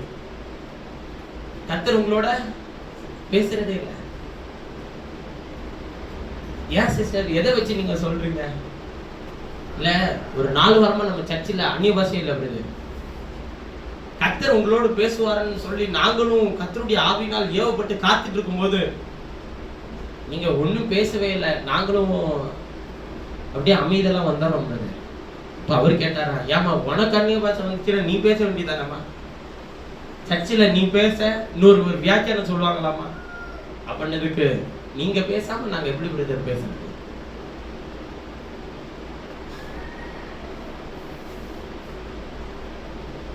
இப்ப அவர் கேட்டாரு, இவ்வளவு நாளா நான் கர்த்தருடைய ஆவினால் நிரப்பப்பட்ட போதெல்லாம் ஜனங்களும் ஆவினால் அதே ஆவினால் நிரப்பப்படுகிறார்கள் என்று நினைத்தேன். அது தேவனுடைய ஆவி இல்ல பிரதர், அது என்னுடைய ஆவின்னு அவர் சொன்னார். அதான் என்னன்னா, இப்ப நான் பேசுறேன், என்ன மாதிரியே நீங்களும் பேசுவீங்க. இப்ப நான் பேச்ச நிப்பாட்டிட்டேன்னா சுவிட்ச் ஆஃப் பண்ணா லைட் எரியும், லைட் ஆஃப் ஆகும், சுவிட்ச் ஆஃப் போட்டா லைட் எரியுன்ற மாதிரி. இப்ப நான் நிறுத்தினேன்னு வச்சுக்கோங்க, மியூசிக் எல்லாம் எல்லாமே என்ன பண்ணிருங்க, கப்பு சிப்புன்னு நின்றோம். ஆனா கர்த்தருடைய ஆவி அப்படி இல்லை. விழுகும் போது, பிரசங்கித்துக் கொண்டிருக்கும் போது, அவர்கள் வசனத்தை கேட்ட பொழுது, பாடல்களை பாடும்போது கர்த்தரை மகிமைப்படுத்தினார்கள், அவர்கள் ஆர்ப்பரித்தார்கள், கம்பீரித்தார்கள். அதனால சொல்ற, சர்ச்சுக்கு வரும்போது இங்க யார் நடத்துறாங்கன்றத பார்க்காதீங்க, உங்களுக்குள்ள இருக்கிற தேவனை நீங்க ஆராதிங்க. அந்நிய பாஷைகளை பேச கர்த்தர் சொல்றாரா, தாராளமா பேசுங்க. இன்னொருவர் வியாக்கியானம் பண்ணட்டும், காத்திருங்கள். தேவன் நம்முடைய சபையில அப்படிப்பட்ட கிரியைகளை நடப்பிக்க உள்ளவராயிருக்கிறார். இதுதானே ஆதி அப்போஸ்தலர்கள் காலத்துல இருந்து செய்து வந்திருக்கிறாங்க. இன்னைக்கு ஒரே கோஷ்டி கத்தல் மாதிரி, எப்படி இந்த கட்சிக்காரங்களா கத்துறாங்களோ அது மாதிரி ஒரே மாதிரி கத்துவான். எல்லாரும் கத்துறதை நிப்பாட்டிட்டாங்கன்னா என்ன பண்றதுங்க? எல்லாரும் அமைதியாயிருவாங்க. சரி, இப்ப எல்லாரும் பேசியாச்சுல, ஒருத்தராச்சும் அந்த பேசினதுக்கு வியாக்கியானம் சொல்லணுமா இல்லையா? இதுதானே அப்போ சொன்னாங்க. பவுல் என்ன சொல்றாரு, ஒரு கல்லாதவனும் தேவனை அறியாதவனும் தேவனுடைய இடத்திற்குள்ள வரும்போது அவன் தேவனை மேன்மைப்படுத்துவானா, உன்னை பைத்தியக்காரன் நினைப்பானான்னு கேட்கிறாரா இல்லையா? நல்ல கவனிச்சுக்கோங்க. அந்நிய பாஷை பேச வேணா நான் சொல்லவே இல்லை, அந்நிய பாஷைக்கு எதிரானவனும் இல்லை. தேவன் தம்முடைய ஜனத்துக்கு இன்றைக்கும் தம்முடைய ஆவினால் எதையும் செய்வல்லவராயிருக்கிறார். நீங்க ஏமாற வேண்டாம், ஏமாத்திக்கப்படவும் வேண்டாம், எந்த அடிமைத்தனத்தில் போய் சிக்கிக்க வேண்டாம். கர்த்தர் உங்களோடு பேசணும்னு சொல்றாரா, பேசுங்க. பேசும்போது மற்றவர்கள் அமைதியாக அதை கேட்கணும். இல்ல பார்த்தோம் பேசும்போது ஒரு உற்சாகம் வேணாமா பிரதர்? கர்த்தர் அமைதியா தான் எல்லாத்தையுமே செய்தாரு. பிசாசுக்கு தான் உற்சாகம் வேணும். கர்த்தருக்கு என்ன தேவையில்ல, அவருக்கு கொட்டு மிளகாலாம் தேவையே இல்லை. உங்களுக்கு உதாரணத்துக்கு ஒண்ணு சொல்றேனே, இயேசு ஜெப ஆலயங்களில் எழுந்து நின்று வேத வசனத்தை வாசித்து உங்கள் கண்களுக்கு முன்பாக இது இப்பொழுது நிறைவேறிட்டுன்னு இயேசு சொன்ன உடனே அங்க உட்கார்ந்து அந்த வசனத்தை கேட்டுட்டு இருந்த ஒரு ஆளு, பொல்லாத ஆவி பிடிச்சிருந்த ஒரு ஆளு, காலத்துக்கு முன்னே என்னை வேதனைப்படுத்த வந்தீர், பேசாமல் இந்த சரீரத்தை விட்டு போன்னு சொன்னார் ஆண்டு. எங்க கொட்டு முழக்கம் வந்ததுக்கு அப்புறம் பிசாசு இருந்துச்சு வெளியே. வசனம் இருக்கிற இடத்துல பிசாசுக்கு வேலைய இல்ல. முன்னாவே தலையை போட்டு ஆட்டி உருட்டி பாரு, உனக்குள்ள இருக்கு பாரு, புள்ள தள்ளி. பிசாசு வந்தாலும் கீழே விழுறான், பரிசுத்தா வந்தாலும் கீழே விழுந்துறான். எது இருக்குன்னு யாருக்கு என்ன பண்ண முடியல.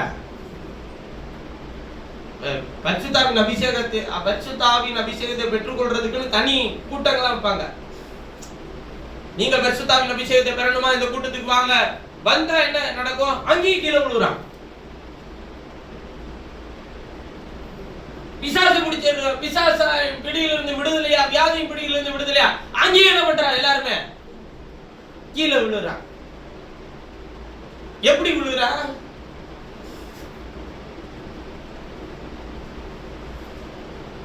தெரியல. என்ன மேஜிக்கா இருக்குன்னு தெரியல.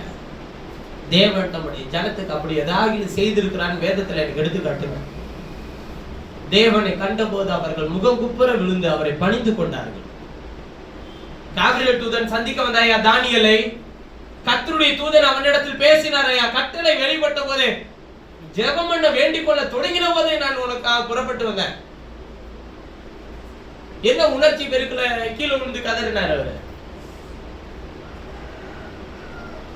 என்னைய உணர்ச்சியில இருக்காரு. இயற்கைக்கு அப்பாற்பட்ட ஒரு உணர்வு சரீரத்தை ஆளுகை செய்யும், சரிதான். ஆனால் அதற்குள்ள இருக்கிற மெல்லி அமர்ந்த சத்தம் உன்னோடு பேசும்.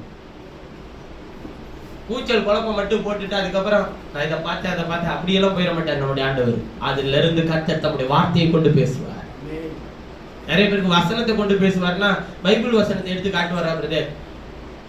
எழுதி இருக்கிற வசனத்தோடு உன்னுடைய தரிசனத்தை ஒத்து போக வைப்பார். உன்னை எண்ணத்துக்குள்ள கொண்டு வரணும்னு அவர் விரும்ப, நம்மளை எப்படி மோல்டு பண்ணணும் விரும்பணும் அவர் விரும்புறாருன்னு கேட்டீங்கன்னா, நீ என்னுடைய பாத்திரம், எனக்கு விருப்பமானபடி உன்னை பயன்படுத்திக் கொள்ள உன்னை ஒப்பு கொடுப்பியா மாட்டியா, இதான் அவர் கேட்கிற கேள்வி. அதை விட்டுட்டு நீ தேவையில்லாத தீர்ப்பு செய்துட்டு இருக்கிற, இங்க உட்கார்ந்து என்ன தீர்ப்பு செய்துட்டு இருக்கிறோம் பாருங்க. தோற்றத்தின்படி தீர்ப்பு செய்யாமல் நீதியின்படி என்ன செய்யுங்கள்ன்றாருங்க, தீர்ப்பு செய்யுங்கள். எப்படி தோற்றத்தின்படி பார்த்தா, என் தோற்றத்துல ஆண்டவர் ரொம்ப மோசமா இருந்தாரா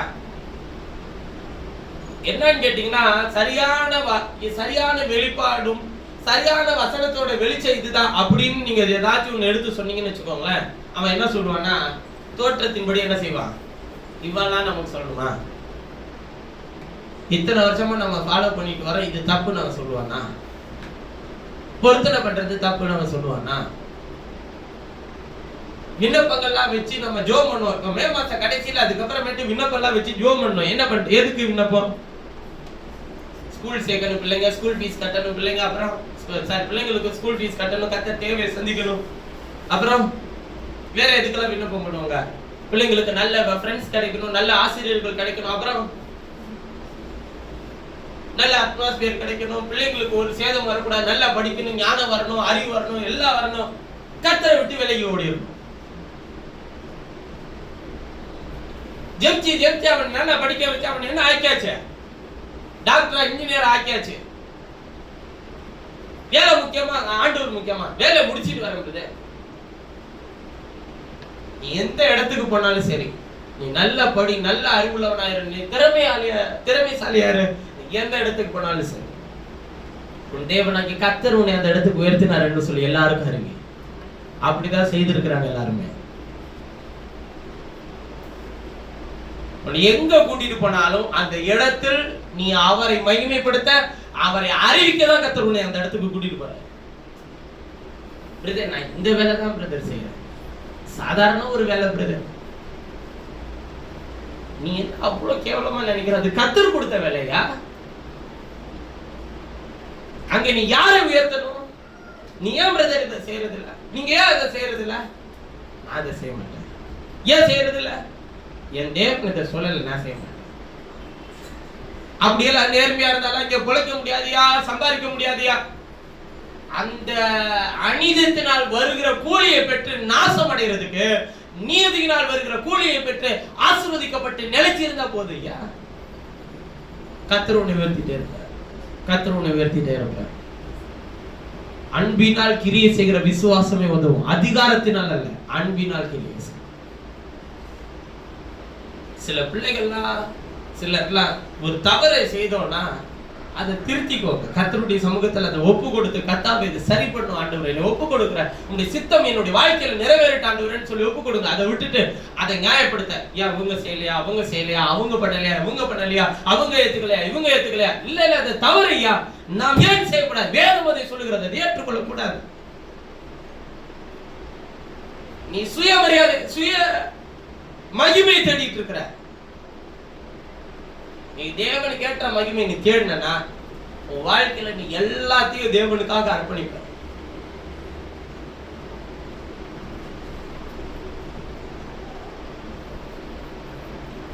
என்னிடத்தில் என்னுடைய உறவுகள் ஒருத்தர் பேசும்போது சொல்றாரு, உனக்கு என்ன, நீ பெரிய இடத்துல இருக்கிற. நான் அதுக்கு எதுவுமே எதிர்ப்பே தெரிவிக்கிறது இல்லை இப்பெல்லாம். ஆமா பெரிய இடத்துல இருக்கிற. உனக்கு என்ன, நீ நல்லா இருக்க, நான் நல்லா தான் இருக்கிறேன்.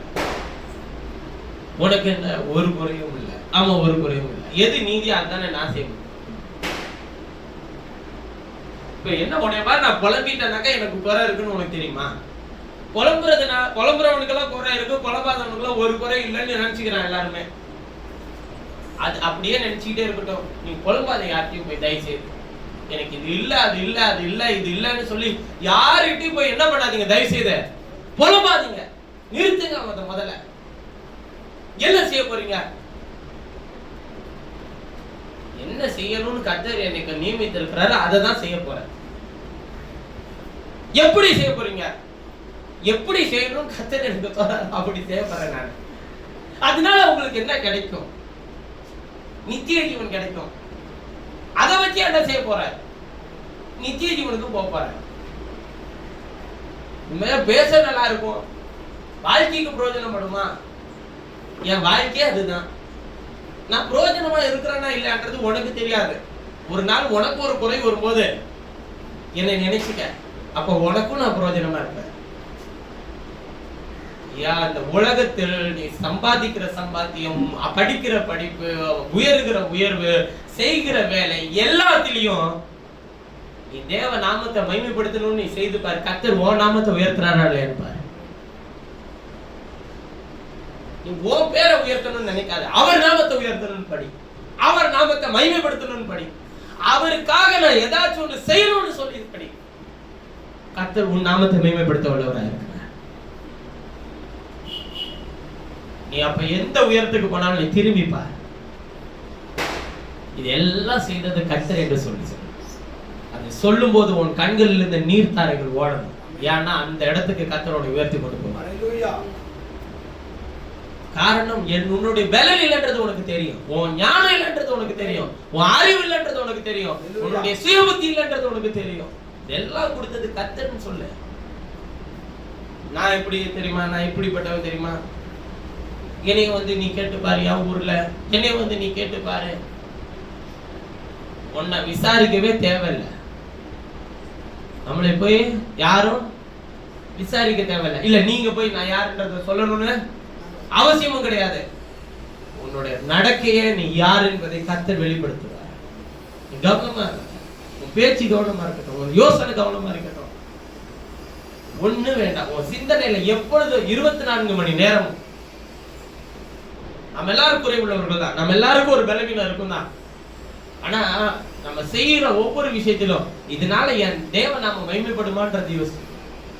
வெளியில போய் நான் செய்யற ஒவ்வொரு காரியமும், மனுஷர்களுக்கு முன்பாக நான் பேசுற வார்த்தைகள் ஒவ்வொன்றும் இதனால என் ஆண்டவர் நாம மகிமைப்படுமா யோசிச்சுட்டு நீ பேசு. வார்த்தை விடுறதுக்கு முன்னாடி நான் கர்த்தருடைய பிள்ளையா இருக்கிறேனா? யோசிச்சுட்டு பேசு. தவறான வார்த்தைகளை பயன்படுத்தும் போது இது கர்த்தருக்கு உண்டான பாத்திரம், இது கர்த்தருக்கு உண்டான நாவு, இது கர்த்தருக்கு உண்டான சிந்தை, இதுல எப்படி இது வந்து உள்ள உட்காருது யோசி. அதை விடுந்து விடுதலையாக கர்த்தரோடு கூட உன்னை ஒப்புரவாகும். இங்க முழுமையும் பரிசுத்தவான்ங்க ஒருத்தரும் கிடையாது. சரிபடுத்திக் கொள்ள உங்களை ஒப்புக்கொடு, கர்த்தர் உன்னை ஆசீர்வதிப்பார். தோற்றத்தின்படி யாரையும் தீர்ப்பு செய்யாதீர்கள். இன்றைக்கு ஒன்று இல்லாமல் ஒரு இடத்துல இருக்கலாம், அதனால் அவனை அற்பமாய் துச்சனமாய் பேசாதீர்கள். ஏனென்றால் அதை நிறைவாக்க தேவனுக்கு வல்லமை உண்டு. ஒரு விஷயத்தை நான் சொல்றேன். இப்ப எனக்கு ஒரு பாத்திரத்துல தண்ணி வச்சு, தண்ணிய பாதி, ஒரு கிளாஸ்ல பாதி தண்ணி வச்சுக்கிறேன். இல்ல வந்து நான் ஒரு பேனா வச்சிருக்கேன். பேனா எதுக்கு? எழுதுறது. அது எழுதிக்கிட்டே வருது. கொஞ்சம் எழுத்துக்களை நான் எழுதிக்கிட்டே வரேன். திடீர்னு எழுதுறத நிறுத்திடுச்சு. இப்ப நீங்க உங்க பார்வையில இதை எப்படி பாப்பீங்க? பேனாவை தூக்கி போட்டு வேற பேனா எடுத்து நம்ம எழுத்த என்ன பண்ணணும்? கண்டினியூ பண்ணணும். ஐயோ, பேனால இருக்கிற எல்லாமே தீர்ந்து போயிருச்சே, இனிமேலா எழுதவே முடியாதே, என் எழுத்து யாருக்கு தெரியாதே அப்படின்னு உட்கார்ந்து எழுத முடியுமா? இவ்வளவு தூரம் அந்த பேனா எழுதி நமக்கு உதவி செய்துச்சு. இனிமேலும் அது இந்த பேனா நம்மளுக்கு உதவி செய்யறதுக்கு என்ன வழி? ஒண்ணு ரீஃபில் பண்ணு, இல்ல அதை தூக்கி போட்டு வேற பேனாவை மாத்து. ஆக மொத்தம் எது நிக்க கூடாது? எழுதுறது நிக்க கூடாது. சிம்சோன் எல்லா வேலையும் இழந்து போனான். தோற்றத்தின்படி அவன் எல்லாருக்கும் முன்பாகவும் அவன் வேடிக்கை பொருளாக்கப்பட்டான். ரீஃபில் பண்ணாரா இல்லையா? ஹல்லேலூயா, ஆமென். தேவன் தம்முடைய ஆவியை திரும்பவும் அவனுக்குள் ஊற்றினார். ஆமென். அவன் உயிரோடு இருந்து கொன்றவர்களை காட்டிலும் செத்தபோது கொன்றவர்கள் அநேகர். அதிகமானது. ஆமென். தேவனோட ரீஃபில் பண்ணிட்டாருன்னா ஹல்லேலூயா நீ விளையாட பெற்றவனா இருப்ப. ஆமென். ஒண்ணு இல்லைன்னு சொல்லி அறிக்கை செய், வேற ஒண்ணு செய்ய வேண்டாம். நீ தேவனுக்குன்னு செங்கல் வாங்கி தர, செருப்பு வாங்கி தர, ஒண்ணு தேவையில்ல. நீ கர்த்தருக்குன்னு ஒண்ணு மர்த்தர ஒப்புக்கொடு. அவருக்கு தேவை நீதான், அவருக்கு தேவை நீ மாத்திரம் தான். உன் இருதயம் அவருக்கு தேவை, உன் ஞானம் அவருக்கு தேவை. அதை கழட்டி ஓரமா வச்சுட்டு அவர் ஞானத்தை நீ பெற்றுக்கொள். ஓ சுய புத்தியை ஓரமா கழட்டி வச்சுட்டு அவர் புத்தியை பெற்றிருக்க.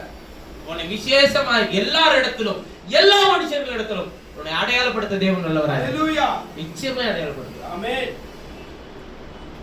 உங்கள்கிட்ட போய் நான் எப்படி பேசுவேன்? பயப்படாத. அவன் முன்னாடி பேச வைக்க தேவனுக்கு வல்லமை உண்டு. ஹல்லேலூயா. தோற்றத்தின்படி யாரையும் தீர்ப்பு செய்யாமல் நீதியின்படி தீர்ப்பு செய்யுங்கள். ஆமென். நான் செய்யறது வசனத்தின்படி கரெக்டா இருக்கா? கர்த்தர் ஒரு நாள் உயர்த்துவார். எல்லாம் செஞ்சு என்ன வாழ்க்கையில முன்னேறணும்? இந்த மாதிரி ஒரு கேவலமான எண்ணம் இருந்துச்சுன்னு தயவு செய்து நீ தேவனுடைய சமூகத்தை விட்டு வெளியே போயிடலாம். என்ன உயர்வு இருக்கிறோம்? நீ திரும்பி பாரு, உன்னை எங்க வச்சிருக்கிறாரு. நீ எங்க இருந்து வந்தன்றதை திரும்பி பாரு. உன்னை கர்த்தர் உயர்வுக்குள்ள கொண்டு போல. பைபிள் என்ன சொல்லுது தெரியுமா? அவரோடு கூட உங்களை எழுப்பி உன்னதங்களில் அவரோடு கூட உட்காரவும். எப்படி இதெல்லாம் அறிஞ்சுக்கிட்டு தவறா பேசுறீங்க?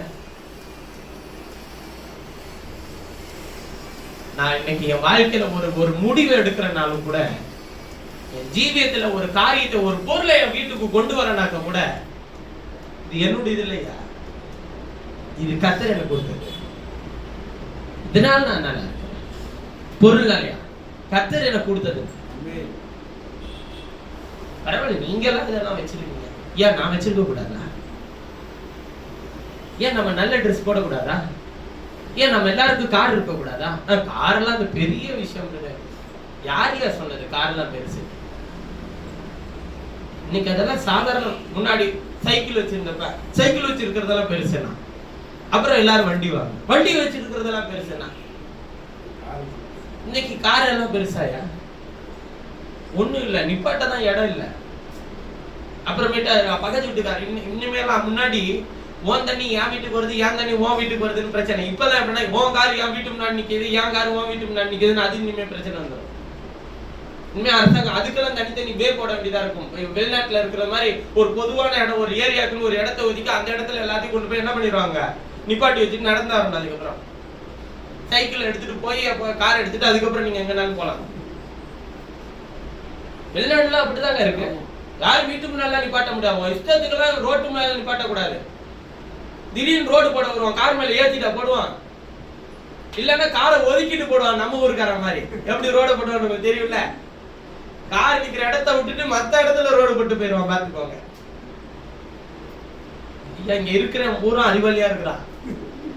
ஒருத்தவனுக்கு நீங்க பதில் பேசவே கூடாது. நான் திரும்பவும் சொல்றேன், எந்த பொது வெளியில அரசியல் பேசாதீங்க.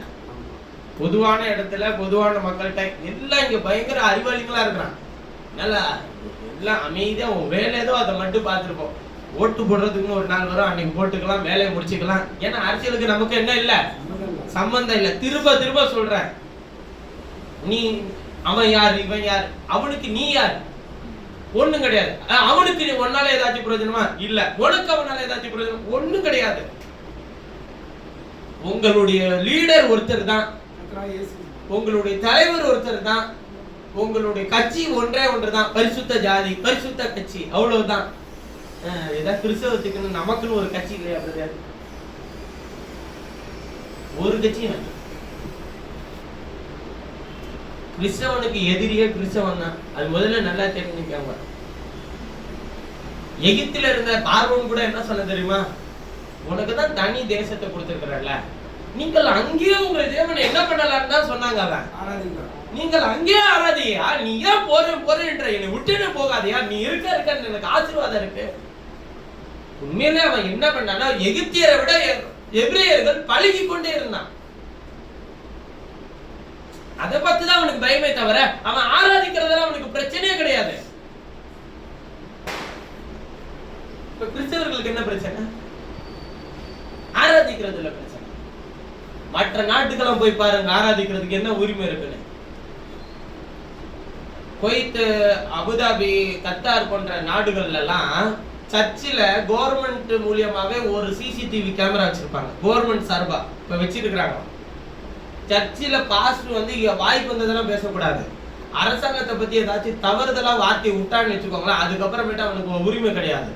ஒரு பொதுவான பே இருக்கும், அதுலதான் எல்லா சர்ச்சில் இருக்கிற எந்த கூட்டத்தினாலும் நீங்க வந்து அங்க நடத்தலாம். நம்ம விஷயத்துக்கு போல நம்ம நாட்டுல எல்லாம் இந்த நம்ம இங்க நடத்துறோம், அங்க நடத்துறோம், அந்த தெருவில் நடத்துறோம், இந்த தெருவில் நடத்துறோம், அப்படிலாம் நடத்த முடியாதாங்க. அப்ப தேவன் நம்மளை நல்லா தான் வச்சிருக்கிறார். நல்லா வச்சிருக்கிறவங்க எல்லாம் திரும்பி பார்த்து இன்னும் இது இல்லை, இன்னும் அது இல்லை, இன்னும் இது இல்லை, ஏதோ ஒண்ணு வாங்க போறான். இருக்கிற இடத்துல இருக்கும்போது நமக்கு அதோட மகிமை, அற்புதம், இந்த விஷயங்கள் எதுவுமே என்ன பண்ணாது, தெரியாது. ஏதோ ஒண்ணு வரும்போதுதான் நமக்கு தெரியும், ஆகா அதுக்கு இதுவே பரவாயில்லடா நமக்கு அப்படின்ற மாதிரி. தேவன் நமக்கு கொடுத்திருக்கிற எல்லாமே நன்மைக்கு ஏதுவானது. சில ஊழியர்கள்லாம் சர்ச்சில் பிரசங்கிக்கிறதை கேட்கும் போது எனக்கு சிரிப்பா இருக்கு. தேவன் இந்த கட்சியை தான் இந்த வருஷம் கத்தர் ஆட்சிக்கு கொண்டு வருவார். ஊழியக்காரன் உனக்கு அதுக்கு என்ன சம்பந்தம் இருக்கு? உனக்கும் கட்சிக்கு என்ன சம்பந்தம் இருக்கு? ஊழியக்காரனுக்கு என்ன சம்பந்தம் இருக்கு?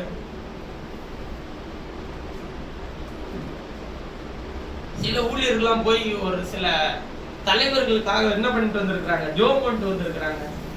இப்ப அந்த ஊழியர்கள் என்ன பண்ணுவாங்க, இப்ப அந்த தலைவர் வரல, ஆட்சியில வரல, இப்ப அந்த ஊழியர்கள் என்ன பண்ணுவாங்க நீங்க நினைக்கிறீங்க? எல்லாரும் எழுப்பி நின்று நாம இந்த தலைவருக்காக திரும்பவும் அவர் தான் ஆட்சி அமைக்கணும்னு சொல்லி ஜோம் பண்ணுவோம்னு சொல்லி சொன்னா, இப்ப வரல என்ன பண்ணுவாங்க? அவங்க ஆண்டோட்ட மன்னிப்பு வைப்பாங்களா? இல்ல என்ன சொல்லுவாங்க, கத்தருக்கு சித்தம் இல்ல, அதான் கத்தர் கொண்டு வரல. அதான் சொல்றேன், இன்னைக்கு பைபிள்ல தெளிவா இருக்கு. நீ சித்தத்தை செய்யற பாத்திரமா உன்னை கத்தர் வச்சிருக்கிறாரு தவிர அவர் இதை செய்ய அதை செய்யன்னு சொல்றதுக்கு உனைய வைக்கல. கத்தாவே வெயில் காலத்துல ஜெபம் பண்ணுவோம், கத்தாவே எங்களுக்கு உஷ்ணம் அதிகமா இருக்கிறது, எலியாவின் காலத்தில் பெய்தது போல கத்தர் மழை வருஷிக்க பண்ணாங்க. மழை பெய்யும்போது என்ன சொல்லுவான், கத்தாவே ஆசீர்வாதமான மழையை தாராண்டவரு, இது அழிவுக்கான மழையா இருக்கு. எதை செஞ்சாதான் உனக்கு பிரச்சனை இல்லாம இருப்பேன் சொல்லு பார்க்கலாம். ஏதாச்சும் ஒண்ணு செஞ்ச, அதான் சொல்லல கத்தர் தூதர் டெய்லி நீ வேலைக்கே போகாத அப்படின்னு சொல்லி அவனுக்கு டெய்லி காலையில எந்திரிச்சு நீ போய் என்ன எடுத்துட்டு வந்தா போதும், மண்ணா எடுத்துட்டு வந்து வச்சா போதும், அவ்வளவுதான் வேலையே. 7வது நாளைக்கு தேவையானது மண்ணா கொட்டப்படாது. அதனால 6வது நாளே போய் 7வது நாளைக்கு தேவையானது அள்ளிட்டு வந்து வச்சுக்க. கொஞ்சமா எடுத்தவனுக்கு பசியா இருந்து நீங்க சாக மாட்ட, அதிகமா இருக்கிறவன் அடுத்த நாள் வச்சிருக்கவும் போறது இல்ல. அதனால ரொம்ப எடுத்துக்காத, தேவையானதை எடுத்துட்டு வான்னு சொல்லி சொன்னார்.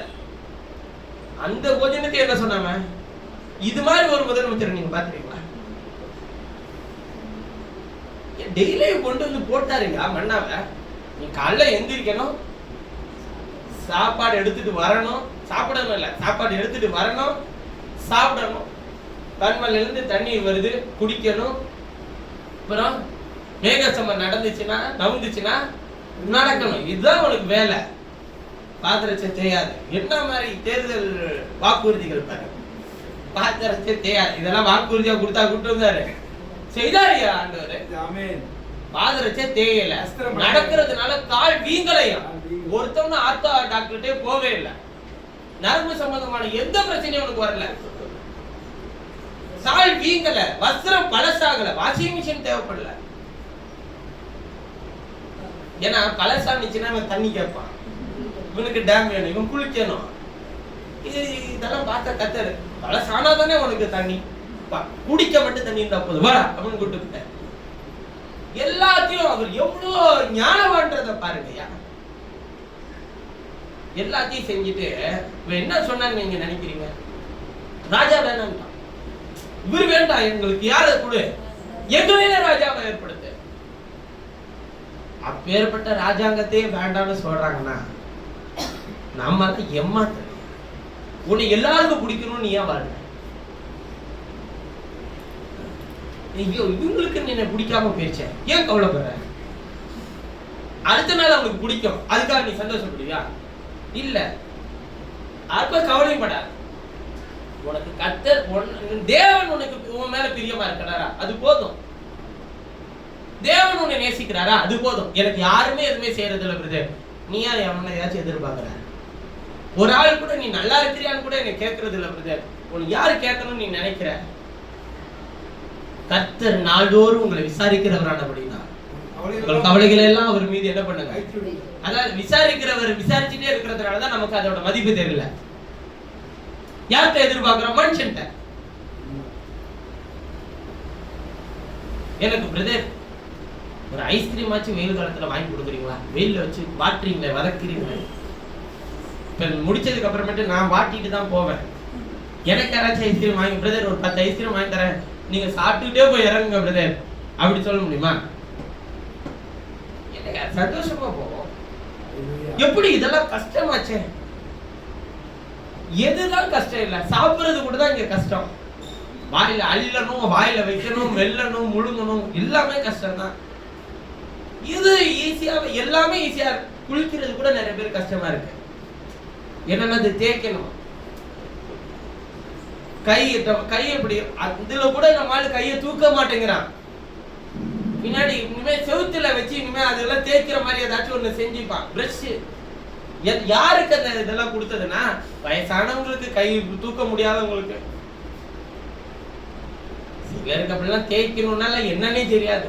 ஓரமா டப்புன்னு 2 டப்பா தண்ணி ஊற்றி இந்த காக்கா தண்ணிக்குள்ள எந்திரிச்சு போன மாதிரி டக்குன்னு எந்திரிச்சு ஓடியாந்துடும்.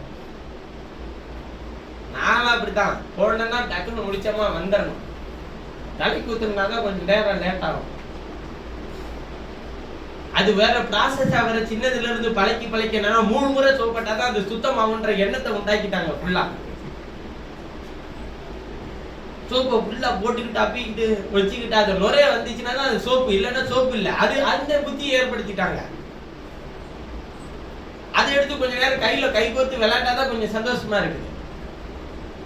பாருங்க, இந்த உலகம் ஒரு விஷயத்தை நமக்குள்ள உண்டாக்கி ஏற்படுத்தி விட்டுருச்சுன்னா அது வந்து வெளியே வர ரொம்ப கஷ்டமா இருக்கு. ஆண்டவர் இதை உண்டாக்க வரல, அவருடைய சிந்தையை உங்களுக்குள்ள கொடுக்க வந்தாரு. ஆண்டவர் உங்களுக்குள்ள இதை விதைக்க வரல, உங்களுக்குள்ள அவருடைய விசுவாசத்தை உங்களுக்குள்ள ஏற்படுத்த வந்தாரு. நீங்க அவரை மாத்திரம் பின்தொடருங்க, எந்த மனுஷனையும் பார்க்காதீங்க, தேவனை மாத்திரம் தொழுது கொள்ளுங்க, கர்த்தரை மாத்திரம் உயர்த்துங்க. அதுக்குதான் தேவன் உங்களையும் என்னை நியமிச்சிருக்கிறார். அவரை உயர்த்துங்க, அவர் உங்களை ஒரு குறைவில்லாம நடத்துவார். அவரை மகிமைப்படுத்துங்க, அவர் உங்களை மகிமைப்படுத்துவார். அவருடைய நாமத்தை அறிக்கை செய்யுங்கள்.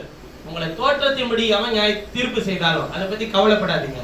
நீதியின்படி நீங்க தீர்ப்பு செய்துட்டு போயிட்டே இருங்க. தேவன் நாம மகிமைப்படுத்தும். நாம் யாவர் ஜெபம் எங்கள் நேசிக்கிற எங்கள் பரலோக பிதாவே, நீர் தந்த நல்ல மதியான வேலைக்காக நன்றி. எங்கள் குற்றங்கள், குறைகள், மீறுதல்கள், பாவங்கள், அசுத்தங்கள் எல்லாவற்றையும் மன்னித்து தேவனே உம்முடைய திரு ரத்தத்தினால், வார்த்தையின் வெளிச்சத்தினால் எங்களை அலங்கரித்து காத்துக்கொள்ளும். உம்முடைய சமாதானம், உம்முடைய பிரசன்னம் எங்கள் இருதயத்தில் ஊற்றப்பட நாங்கள் ஜெபிக்கிறோம்.